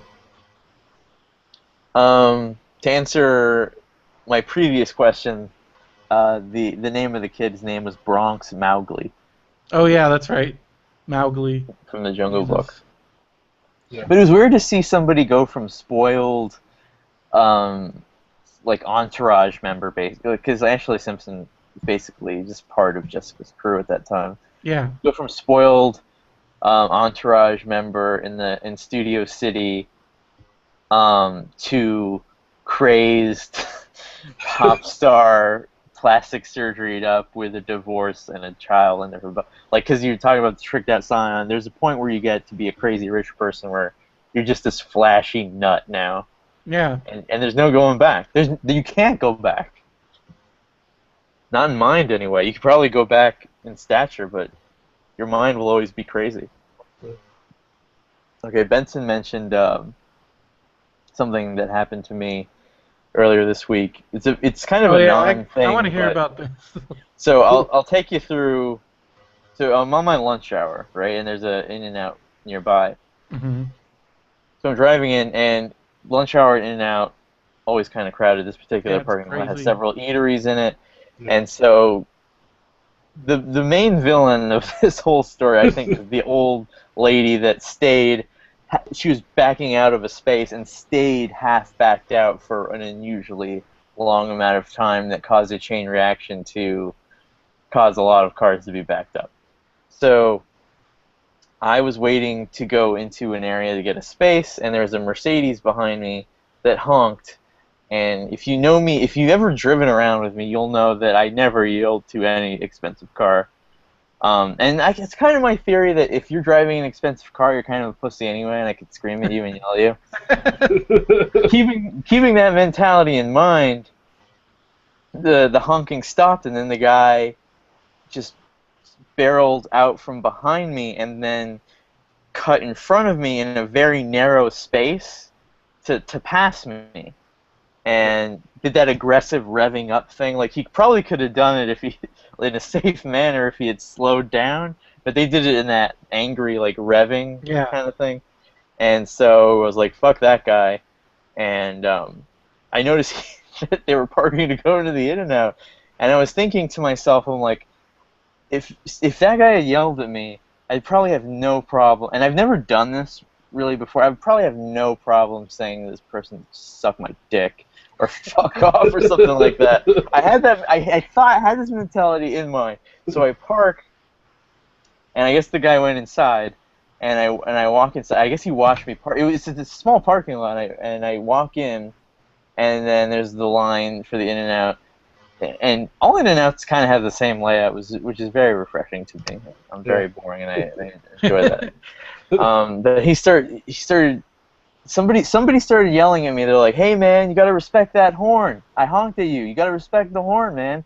And I wasn't even making eye contact, so I was like, just walking by, not doing that thing that I had just promised myself that I would do. Why I'm like, didn't you do it? Like, just tell them this. And I should have known. My instinct in this case knew that the person that I would be yelling at had the full capacity to just fucking wreck my shit if I did actually say anything.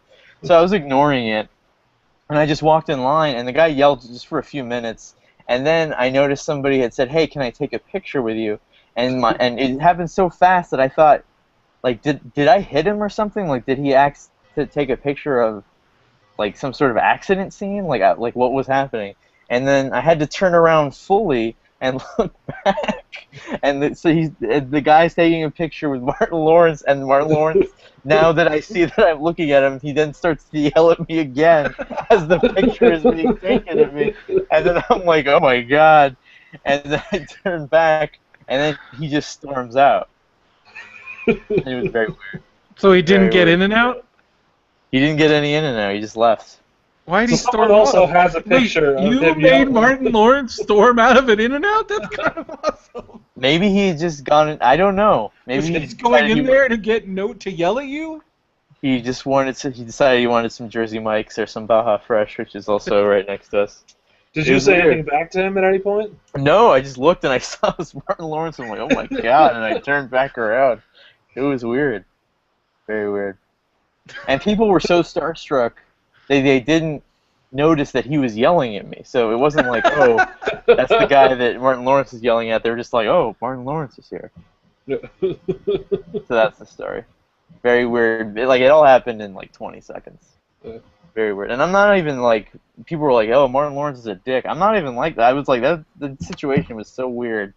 I'm not even like mad. I think that's weird that he just left and he took a picture mid-yell. Yeah, so that's my celebrity story. It's a good one. Let's answer some popsicles now. We haven't done that in a while. We have some here. Anonymous is back asking some questions. They put their name on it. Steve Espinoza says, so Ghostbusters 3 is in the works. The producers have asked you to help cast some new characters. Which actors do you cast? And what roles would you have them play in relation to the remaining original cast?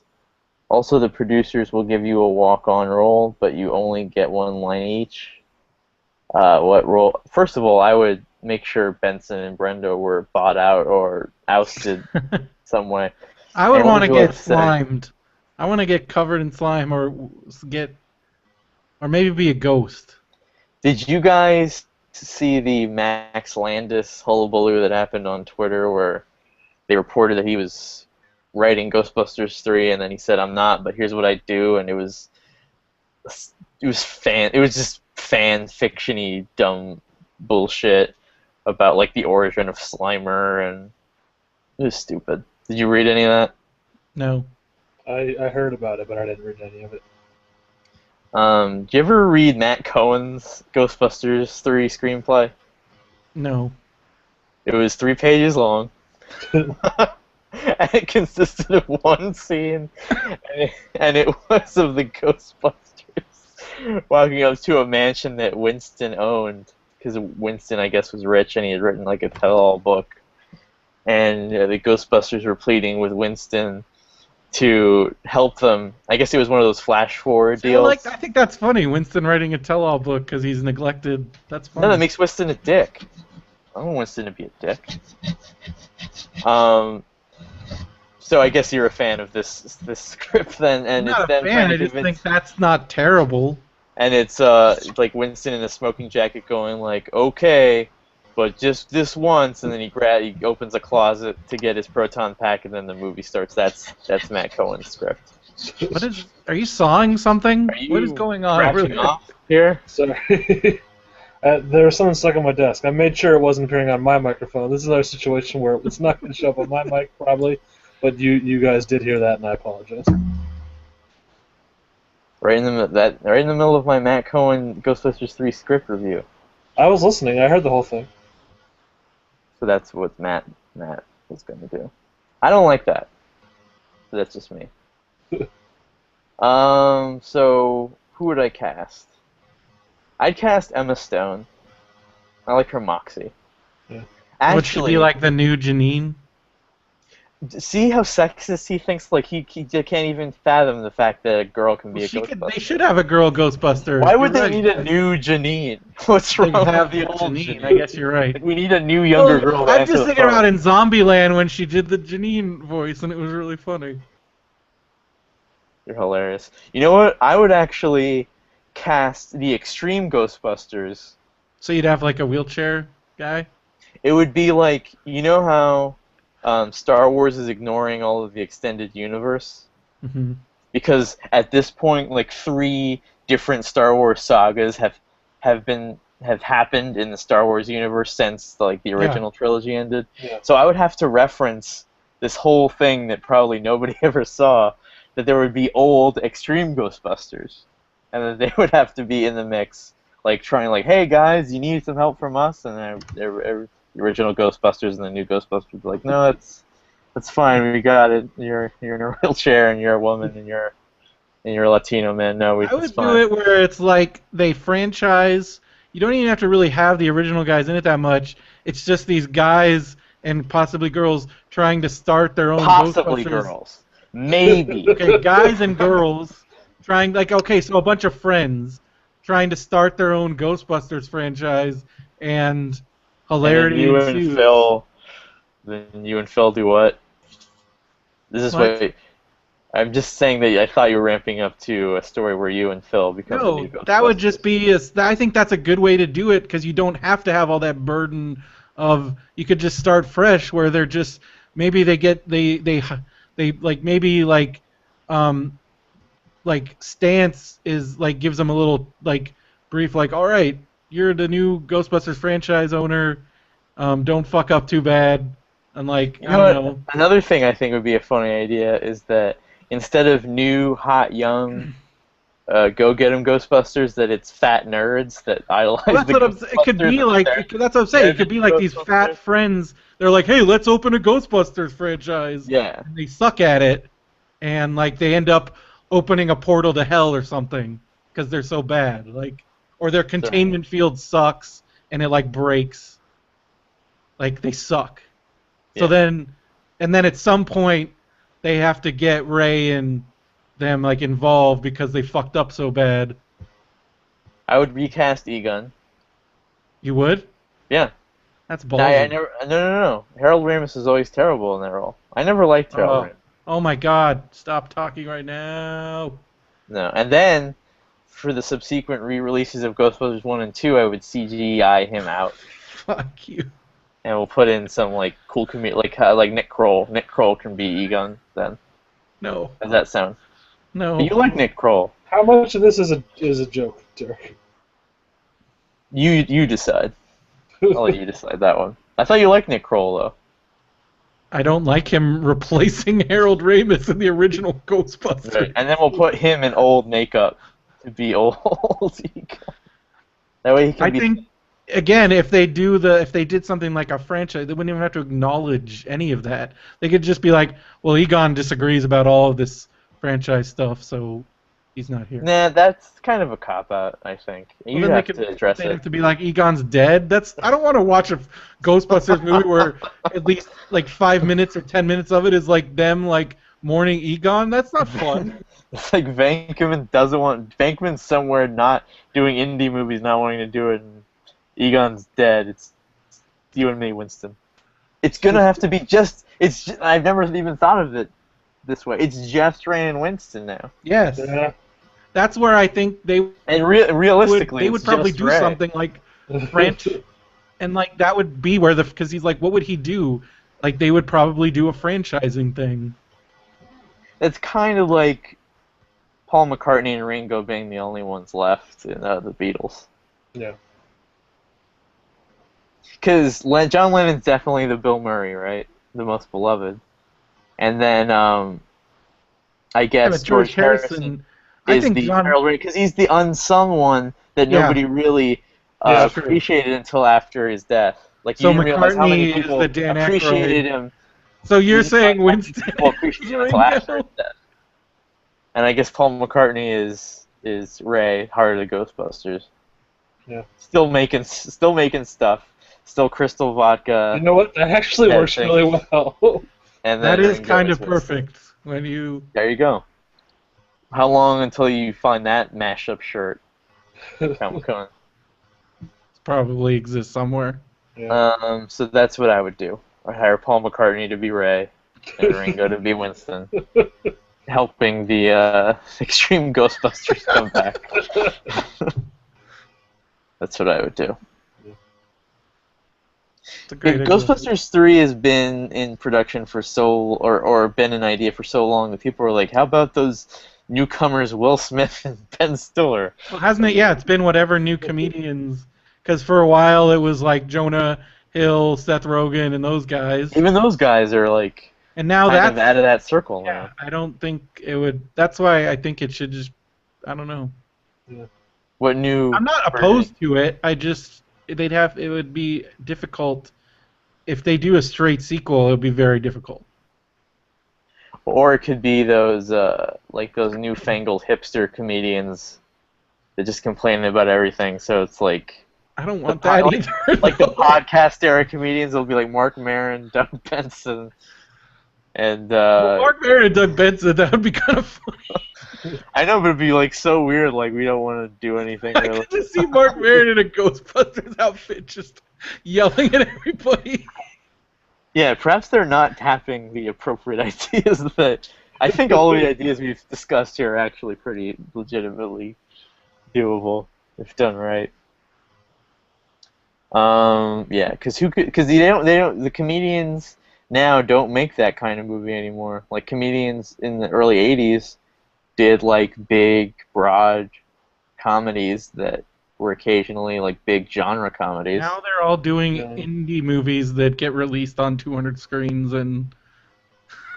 Yeah, it'd be like, because like Zach Galifianakis is the one that accidentally became like a huge star that hit like I guarantee you actually that he hates it, even though he does hate it. He hates being famous. He lives on a farm. Yeah, he just wants to live on his farm and chew tobacco. That's what he does. He lives on a farm? I thought he lived in Venice. No, he lives in like South Carolina or something. He has a farm in like middle of nowhere. I don't like that. I don't like him. Like why does that bother you, Derek? Because you want him to be like some Hollywood flashy? What profession did he choose? He didn't choose, like, he can just be a stand-up comedian. He doesn't have to be an actor. Yeah, but how is he? Why did he choose to be in True Calling? Why did he choose to be in G-Force? Like, but why is he all upset about it? But why does it bother you that he's upset about it? I think he just because he's always been that way. If you look at the documentaries, he's like, "Oh, I need to hang out with homeless people." Why does that bother? Why is that bothering you? Because what is he doing that's bad? Why can't he just have his feelings and exist? Why do you need to get involved with that? Because I do. Okay, this is my show. That's what I do. That's what it comes down to. I gotta go to do what? You have a commitment. You have nine other for like 2 hours. 9 topics to talk about. You had to go on about Hall H for 9 hours. Don't worry, we'll figure it out. You brought that up. Yeah, I don't like. I'm gonna tell you what I have. He's on some like grinder date. Yeah, grinder date. Exactly. It's actually growler for bears. Like, do you think that when you finally do become a furry, that you'll lament that your time at Disneyland was completely wasted? Like, you'll be like, "Hey there, Brer Fox, why don't we not a furry meet at Trader Pete's?" Most of the people in those suits are girls, for one thing. Some drinks, other furries. Maybe some after hours. Other furries, so you are a furry then, Brendo. Is what no! I can't win with this discussion, so I'm just going to stop talking. I think if Adam Carolla was cast in the new Ghostbusters movie, that the budget would probably be about $3 million and is going direct to digital download. Because Mario Flowers suggested all the podcast people that could be it. Jay Moore in the 90s could have been easy in Ghostbusters, maybe not as a Ghostbuster, but maybe like he could have been like the new Walter Peck, something like that. He could have definitely. So I guess the last thing we can talk about is that hey, really quick. Me and Benson both went to test screenings, one after the other, for movies that come out on the same day. Oh, yeah? This year, Christmas 2014. And I was trying to figure out if I had the choice to go to one or the other, which one I would choose to go to. Because both, I think, are hot ticket items. And Benson, I don't know how serious you were about not wanting to talk about what you were doing, but do whatever you feel comfortable with in terms of what you saw. I will say that I saw the new Cameron Crowe movie. That's all I will say. Really? What are you doing? What do you mean? You won't say if you liked it or not? No, I have a legal obligation not You to. didn't sign anything. I guarantee you didn't sign anything. I did sign something. What did you sign? I signed a paper saying I wouldn't talk about it. But just Yeah, say if you like it or not. Don't let him. Don't. Can't do What that. are you talking about? We have a show and we have scoops. I don't care about. I don't want to get Matt I busted. don't care. That would be another scoop. That would be the scoop of the year for Popsicle. If Benson got arrested for something he said on this show. Oh, you went to the Cameron Crowe. You didn't go to the because I sent you to the new Jason Reitman movie. You didn't go to that. I was busy that night. That was a different night. What's it called? Yeah, the what's movie it I called? saw? It doesn't have a title yet. Was Cameron Crowe there? He was. I met him. Was he cool? He was awesome. I shook his Talk about hand. music. Follow Well, him I'll tell in you the what happened. bathroom? No, we didn't follow him in the bathroom. I shook his hand. I was like, "Hey, man, big fan." And he said, "Hey, I'm Cameron. What's your name?" And I said, "I'm Matt." And then he said, "Oh, hey, together we're the drummer from Pearl Jam." And then because we were both moving, that was all I got. But that was a really cool moment. So Josh of the Pillage Cast tweeted me after he saw me and Benson's exchange over that exchange. Yeah, Derek was very upset that I met Cameron Crowe. And he said, "Why are you upset that someone else is doing something cool out there?" And I wasn't that, and I replied with, "I'm just mad that Cameron Crowe had to waste his time meeting Benson." And not you, because you would have done it. I so didn't much say better. that. I didn't say that. This is a guy that follows people in the bathroom at Islands. Not on purpose. That was an accidental incident. How do you get led into a bathroom? Well, I was following Chris. Chris went into the bathroom. I didn't know what else to do. Great. Well, at least this situation was better than that one. What'd you see, Derek? I saw Tim Burton's Big Eyes, starring Christoph Waltz I don't even know what this is. and Amy Adams. Freaky paintings. Was it good? It's about a lady. See, I'll tell you everything. I don't give a shit. I'm not afraid of I'm not a scofflaw. people saying to me. I have respect. I'm sure you're doing something illegal. Aren't you doesn't your car, something on your car is? I know something's telling me you do something illegal and are proud of it. It's something small and dumb, but even if you didn't tell me, I'm sure you're doing something. But it's the story of the artist Keane and how the wife did all the paintings and the husband took all the credit for it. And it became a very popular series of paintings of these children with big eyes in the 60s, and her inner turmoil of having to deal with him taking all the credit for it. Wow, that sounds very non-Tim Burton-y.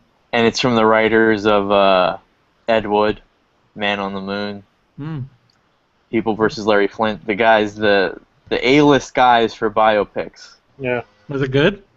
It was very good. It was dramatic. It was no Tim Burton staples. The only Tim Burton thing about it is that he makes the 60s look like the super 60s. Mm-hmm. Like they live in a place that looks like where Edward Scissorhands lives, and Yeah. everything's very colorful and stylized. But at one point, Tim Burton and these guys were going to do a Ripley's Believe It or Not movie with Jim Carrey playing Ripley. Yeah, that was would be forever ago. That'd be amazing. the best fucking movie ever. Like that was in one of. I think that was in. That was on like the blacklist for a long time. Right. Wasn't it? And it was very good. And there's no Johnny Depp or Helena Bonham Carter, and I guess that's what he needs to be doing. Yeah. Well, good movies. I feel like every few years he needs something like that to cleanse his palate. Like they weren't in. I don't think they were in Frankenweenie at all, and that was great. Frankenweenie was amazing. Yeah, and I was watching that Alice in Wonderland recently on cable. You can't even look at that. Like everything about that movie is like every. I liked it when I saw it, but I'm worried if I rewatched it, I wouldn't. Crispin Glover is walking around, but he has a CGI body, but a normal head. It's like, why does he have a CGI body for? A lot of them were like that though. But why? Because it's weird. It's Alice in Wonderland. I didn't like it. So that was good. I'll tell you that was good. I'll even admit that the worst thing in it was that Johnny Depp dance was like the stupidest thing. No, I YouTubed that right afterwards. I do that now when I'm excited. When I got the multiple sequence on Addams Family, I did that dance. You can't even say if you enjoyed it. I did enjoy it. No, he's I'm talking me. to Ben. He's yelling at me. I signed Yeah, come on, you can. I signed a I thought you non-disclosure agreement. No, but that's just you can't say what's in the movie. You can't. You can say whether or not you liked it. You're not even saying who's in it. Trying to leave me. Well, you can look up who's in it. We're on a fucking show. I think you're. You. Bradley They just Cooper's don't in want it, you Bill sending Murray's in it. like a That's massive public spoiler information. report Yeah. to like, ain't it cool? You can Yeah. say whether or not you like the movie.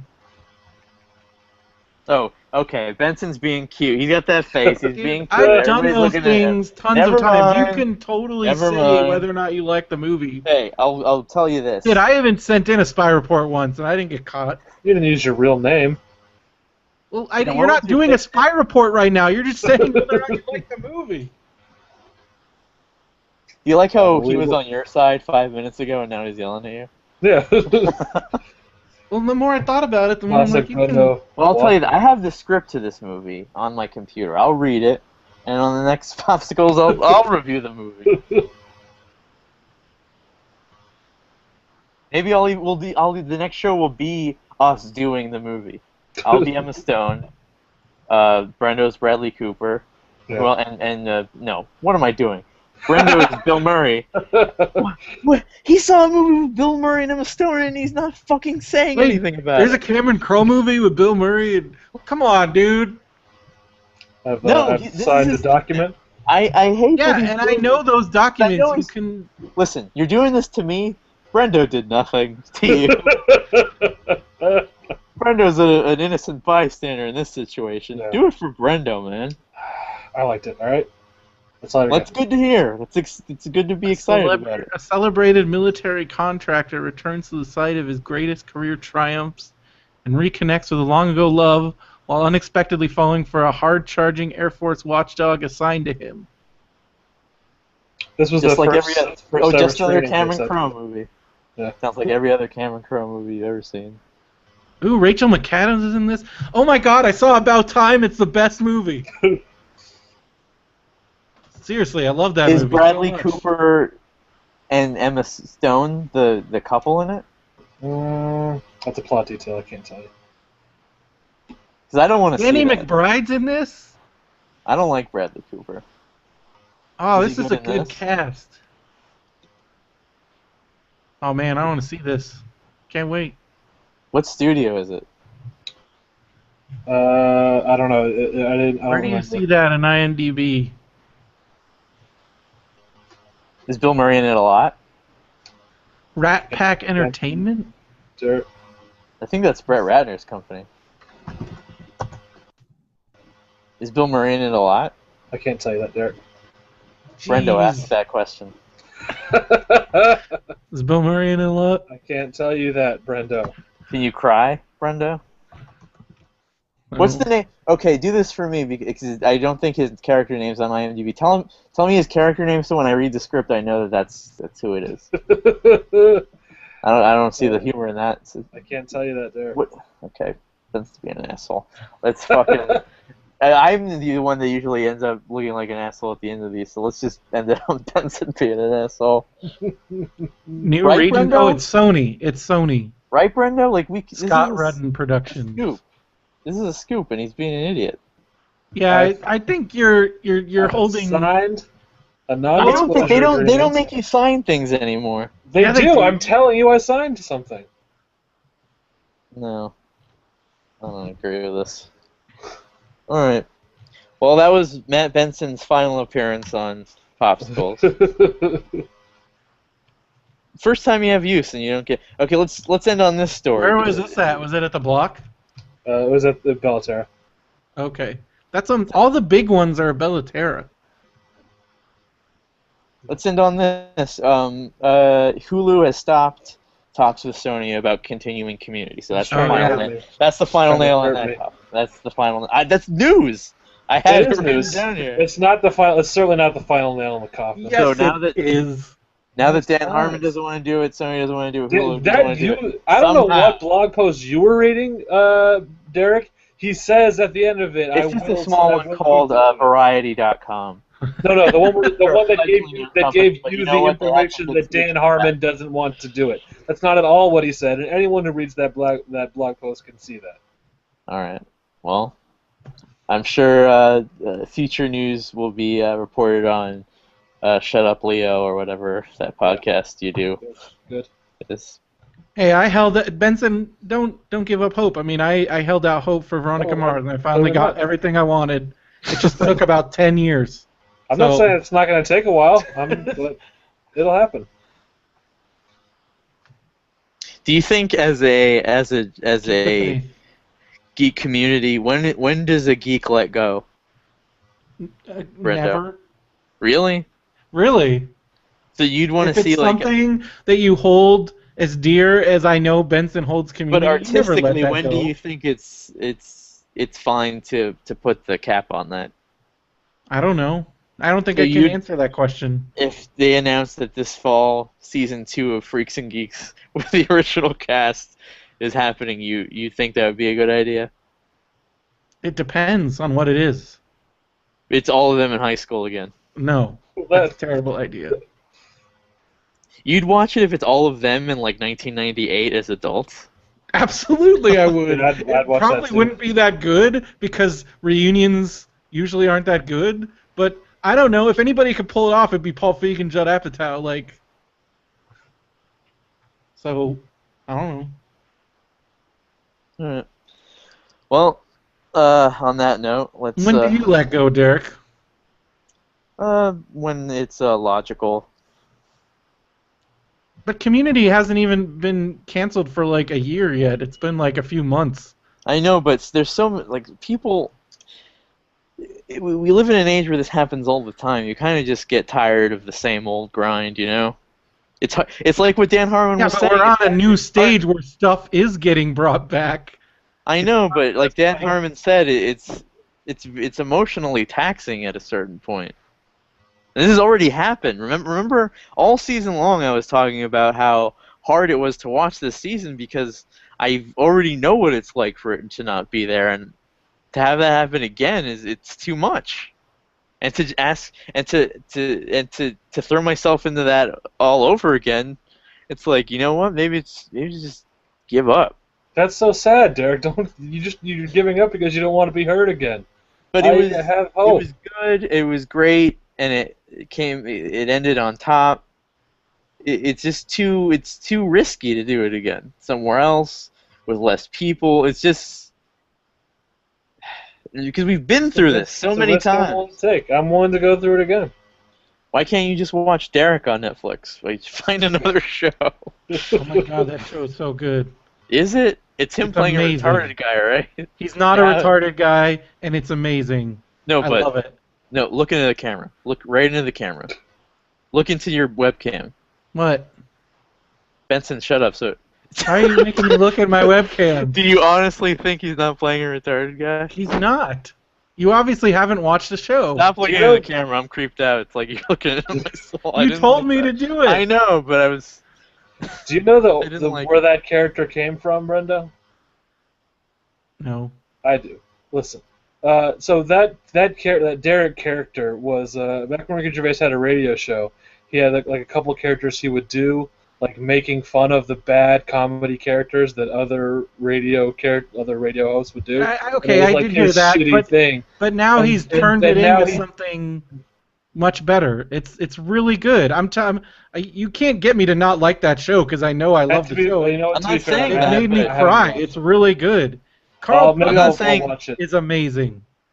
Is that the reason you're not watching it? Is because it's him playing a retarded guy? I resisted at first, huge, and then I watched it because Phil. I'm not resisting for any reason. I'm talking to Benson right now. But why is he resisting? I don't know.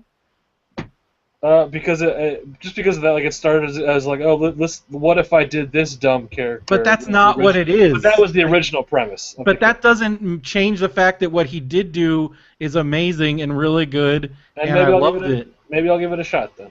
I understand. I had reservations too, but it's fantastic. It's We so also good. live in an age where you could easily press a button and be giving it a shot as you do this podcast.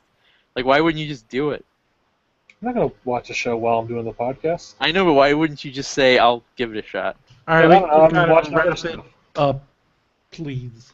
But do you realize that, like, I was like, I've never seen Hunchback of Notre Dame, and then 4 days later, I'm watching Brother Bear because I've gone in order of seeing every Disney animated movie. I was like, it became a monster. I'm like, oh god, Tarzan. Did you actually watch Brother Bear? I watched Brother Bear again. Oh, that movie I'm sucks. tempted. I'm tempted because Bob and Doug McKenzie are basically in it. That's There's that's Moose the in one it. reason to watch it. I didn't think it was that bad. Ugh. Okay, that one's not as bad. Home on the Range is terrible. That I gotta find and watch. That was supposedly so bad that it was the last. Well, yeah, animated well, that was the animatronic. thing. I was so excited because we got when working at Disneyland, we got free advanced screening to all the like movies that came out. But I was working there during the shittiest time of Disney. So like the first one was Home on the Range. Then I got the and then I got the what was that other one with like Chicken Little, and then the one with the pigeons, like Valiant. All these shitty, like, it got to the point where Phil and I would go, and there would be like maybe 3 other people and a bunch of like studio execs that just look like pissed off. Studio execs would go all the way to Anaheim to watch. Well, they were people from the studio that worked in Anaheim, I guess, that ran these screenings. I don't know how it worked. You didn't get any Pixar movies? There wasn't any Pixar movie. This was during the Disney Pixar breakup. But that breakup that didn't like stop any movies from coming out. Yeah, but there wasn't anything coming out at the time. That's why they No came. Cars. Like this is before Cars, because I No was only with there for Incredibles? a year. This was Okay. after Incredibles. This is when they made Chicken Little, thinking that they were going to have to make their own CG movies, like that Pixar was done. Right. So, quickly, A Hunchback of Notre Dame, super weird and sexy and odd and all about religion. And it's weird that Disney made this movie saying that religion is an oppressive thing that kills homosexuals and gypsies. And then they had to change, like, basically the entire story of that is, like, the last half they had to change because it ends they with, like, all the totally- characters dying. Yeah, And it ends with, like, Esmeralda doing the hot guy, and Quasimodo's like, good on you, dude. It's like, all right, let's... And I'm pretty sure that they made up the talking gargoyles. Not sure if that was in the original I would have to Victor Hugo consult on text. literature.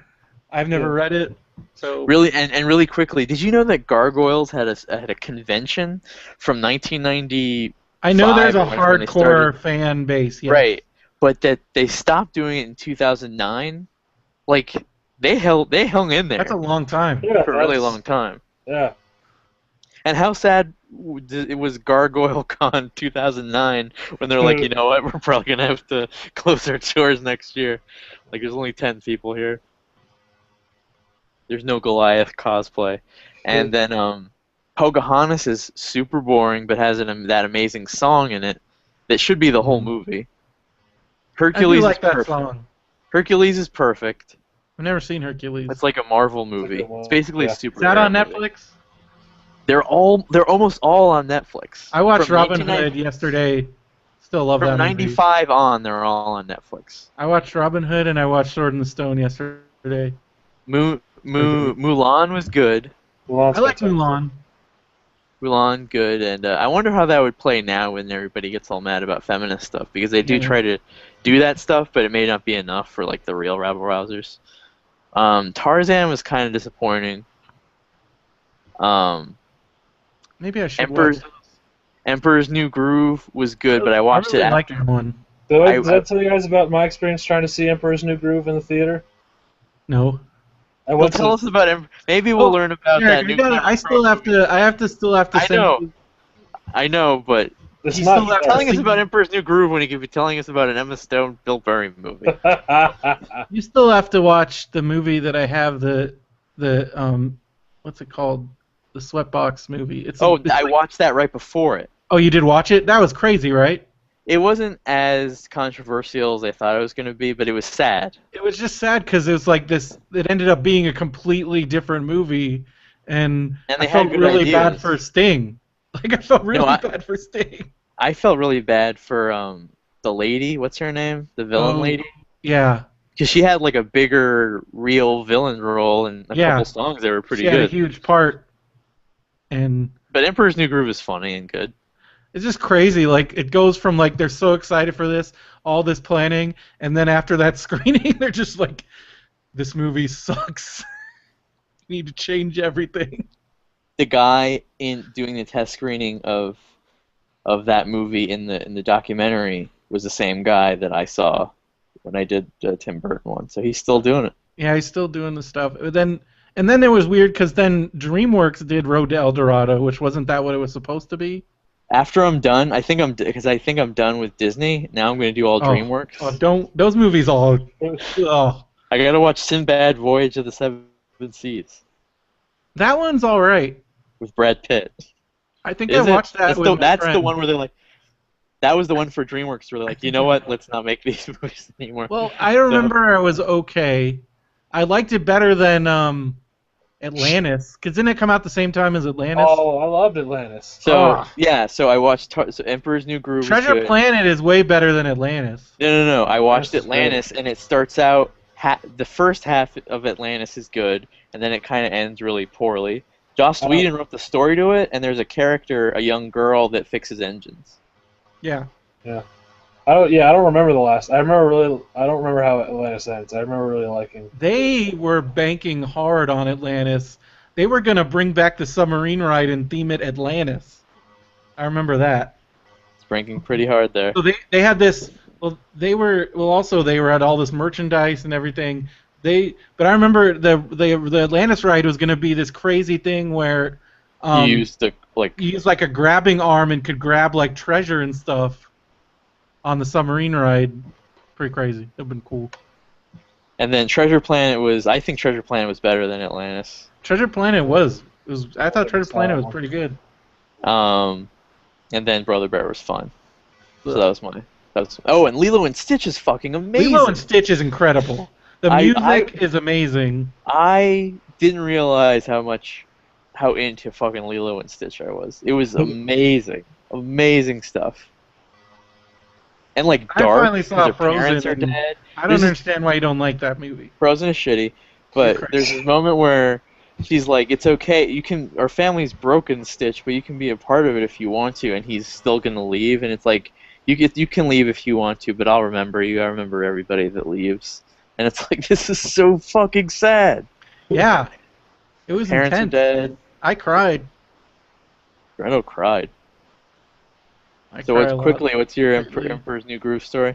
No, it's not worth it now. I thought I could just No, sneak it quickly. in. Over, just tell us. Just tell us something. I went to goddammit. see it with my dad at the Cypress Family Twin Theater, and me and him were the only ones there, and they weren't going to show the movie. They told us, like, you two, it's not enough. We're going to give you your money back. It's not worth the screening.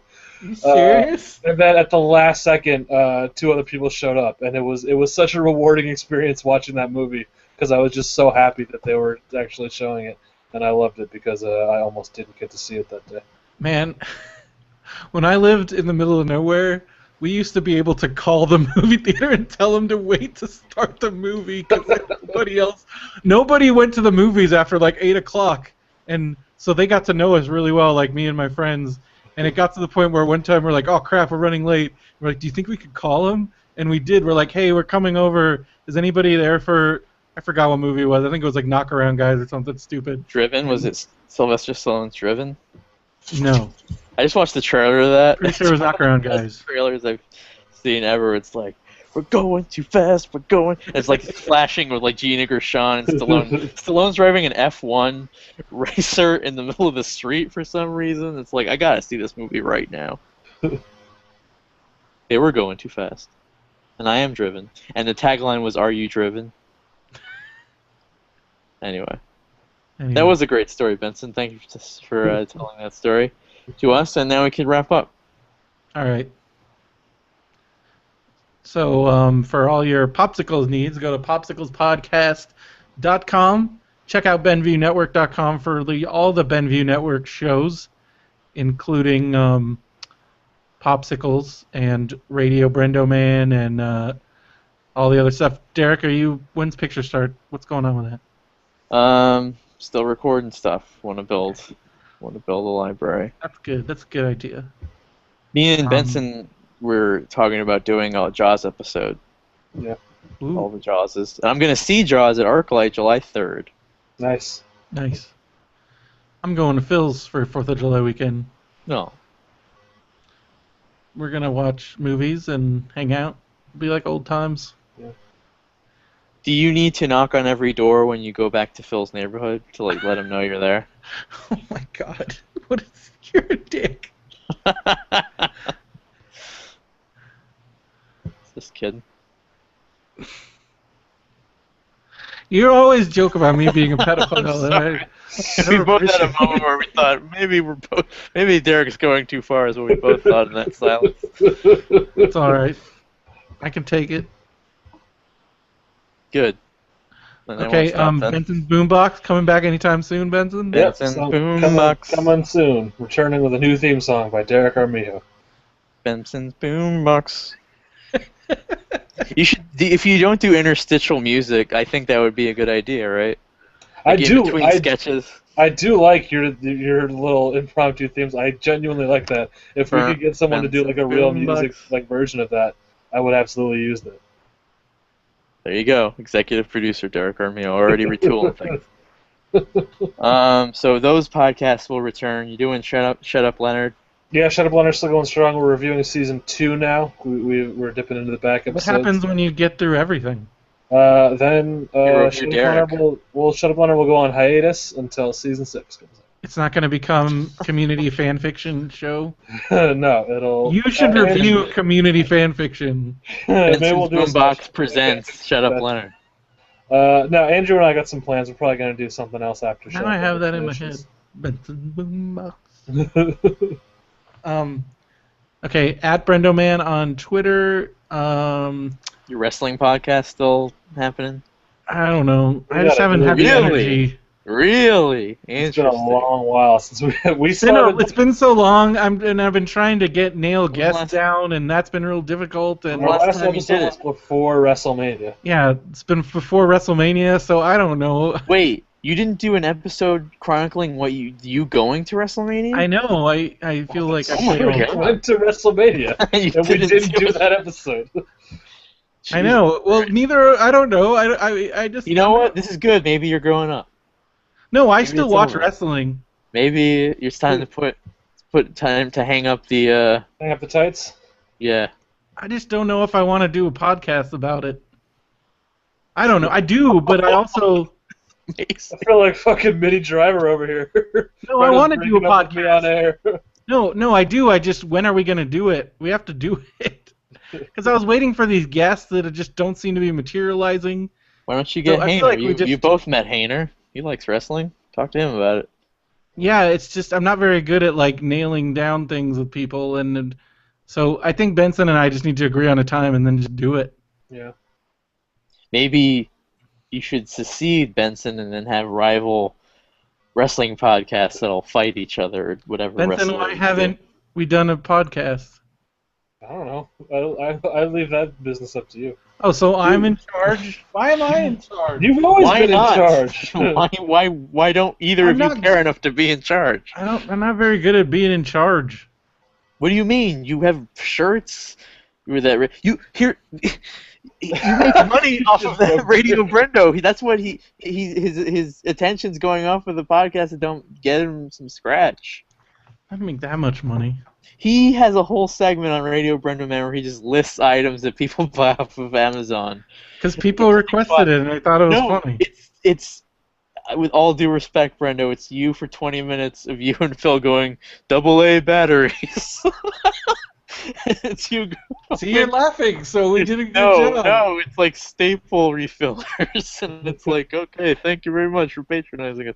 It's one of their weirder segments. It's one of their nuttier segments. I'm glad you It gets some scratch. It gets some scratch. That's what you need to monetize. Benson, or Brenda, you gotta monetize it, I guess. We need to do one.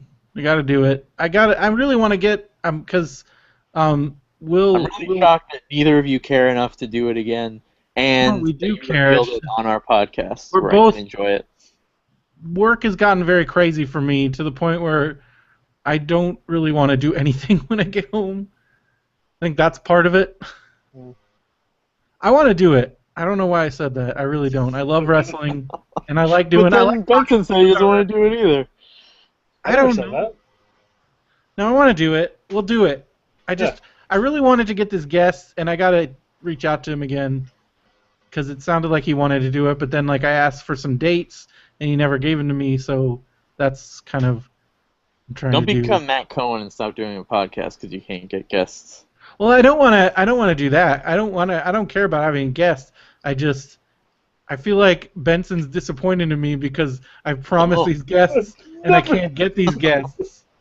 That It's all in your head, Brendo. I think I know that's, it is. I know I it's think in my head, but that's what my thinking. I'm like, oh, I can't deliver on these guests that I'm I promising. think that's a patented Brendo And- deflection. That was a really good one too. That one made it seem like Benson's a dick. Not that he's a dick, but just that I'm letting the show down by not delivering. Like there was a That was point where almost it a seemed humble like brag. there was a point where it seemed like Ron Funches was going to be on our show, and then that just kind of collapsed. Like he told me he doesn't have a computer, and I feel like that was like a lie. I've been to his house. I didn't see any computers. He could have a laptop, right? Yeah, I think it was his laptop had died, but then he said like as soon as I get one, I'll let you know. But then he got that show, and now he's on TV, and so he's really busy with that. And I don't want to bother him. Like I don't know him that well, and I don't know him I at told all. Brendo that I saw that show for the first time on his bed. Dude, On Run you wanna hear, this Funches' is bed. cool though. This is cool though, Benson. Derek took a picture of like his laundry, and he has wrestling shirts, and I was like, "That's awesome." Yeah, and it was of like course indie Ron Funches wrestling has shirts. wrestling shirts. Yeah, It was like Roderick Strong from yeah, but like. have you never seen his Twitter? Literally, all he does is smoke weed and watch wrestling. Like that's, of Yeah, course. I he just has thought it those was shirts. cool. I just thought it was cool. Like Yeah, it is cool. he bought a You guys should do, like, a PS4 wrestling just so he could watch WWE Network while he's on the road. Like that's Well, pretty awesome. Yeah. The fate of that podcast hangs in the balance, so stay tuned to the Benview Network to see if there'll ever be another episode of it. Well, Yeah. we got to do that, and we got to do it. I'm sorry. I've had a lot on my mind lately. Right. For a minute, I thought I was getting fired, and then it turned out I'm going to Austin, and Really? oh yeah, I got like written up at work and sent home For what? being too loud, and then they moved my desk. I had to To move by where? my boss. I feel like I'm on timeout now. Because you started yelling on the phone? I don't think I was, but people around me were getting worried. Somebody asked me once, why don't you get Brenner to help you with this technical website or problem? And I'm like, the last time I did that, he screamed at me that he was watching Mad Men. So I didn't scream at you. I texted you, and you were bugging me about our RSS feed, but like the problem, you didn't even describe your AKA problem. asking a question. But you weren't really asking a question, All right. and I was watching Mad Men. I wasn't being rude about it. Well, stay tuned to You this were show. asking in me the like Benview. about iTunes and why, and like you were being like a. But the way you ask questions sometimes, you're very snobby. You're getting all Mac snobby, and I just rubbed me the wrong way. Did I say anything about my I Mac? feel like you did, because you're like, my solid gold Mac is not receiving our iTunes. I feel like you guys shouldn't text each other. There's a lot of assumed rudeness on both sides here. I always pick it up. It's fun. I'll never stop texting Brenda. I'm not rude when I text. I don't think either of you are rude, but you both think the other one is rude. Is the problem. It's like when I was telling you about this guy on Facebook recently. You're like, you should stop reading Facebook. I'm like, okay. Well, you should. No, I said you should stop reading his bullshit, because it always makes you mad. Like, why do I should that learn to from yourself? Brendo's usually right. I always defer to Brendo. Brendo's always usually right in the end. And that's what you can learn from Yeah, watching but I'm not. Popsicles. Look at me. I'm a mess. I'm trying to end it on a high note, and you're like, we'll end it on, will Brendo get it together? Stay tuned to the next Popsicles. And listen to Did see everybody if do their plugs? I feel like... No, we got him. Okay. And that's the show for now. Stay I gotta tuned. See, be- see what happens to us. See what happens to the fate of these podcasts. I've been Derek Armijo, Brendan Creasy. Matt Benson. and we'll see you in San Diego in a few weeks. Goodbye. Yeah, officially. Yeah. Yeah. Okay. See Fan. you guys later. Gotta go. See ya.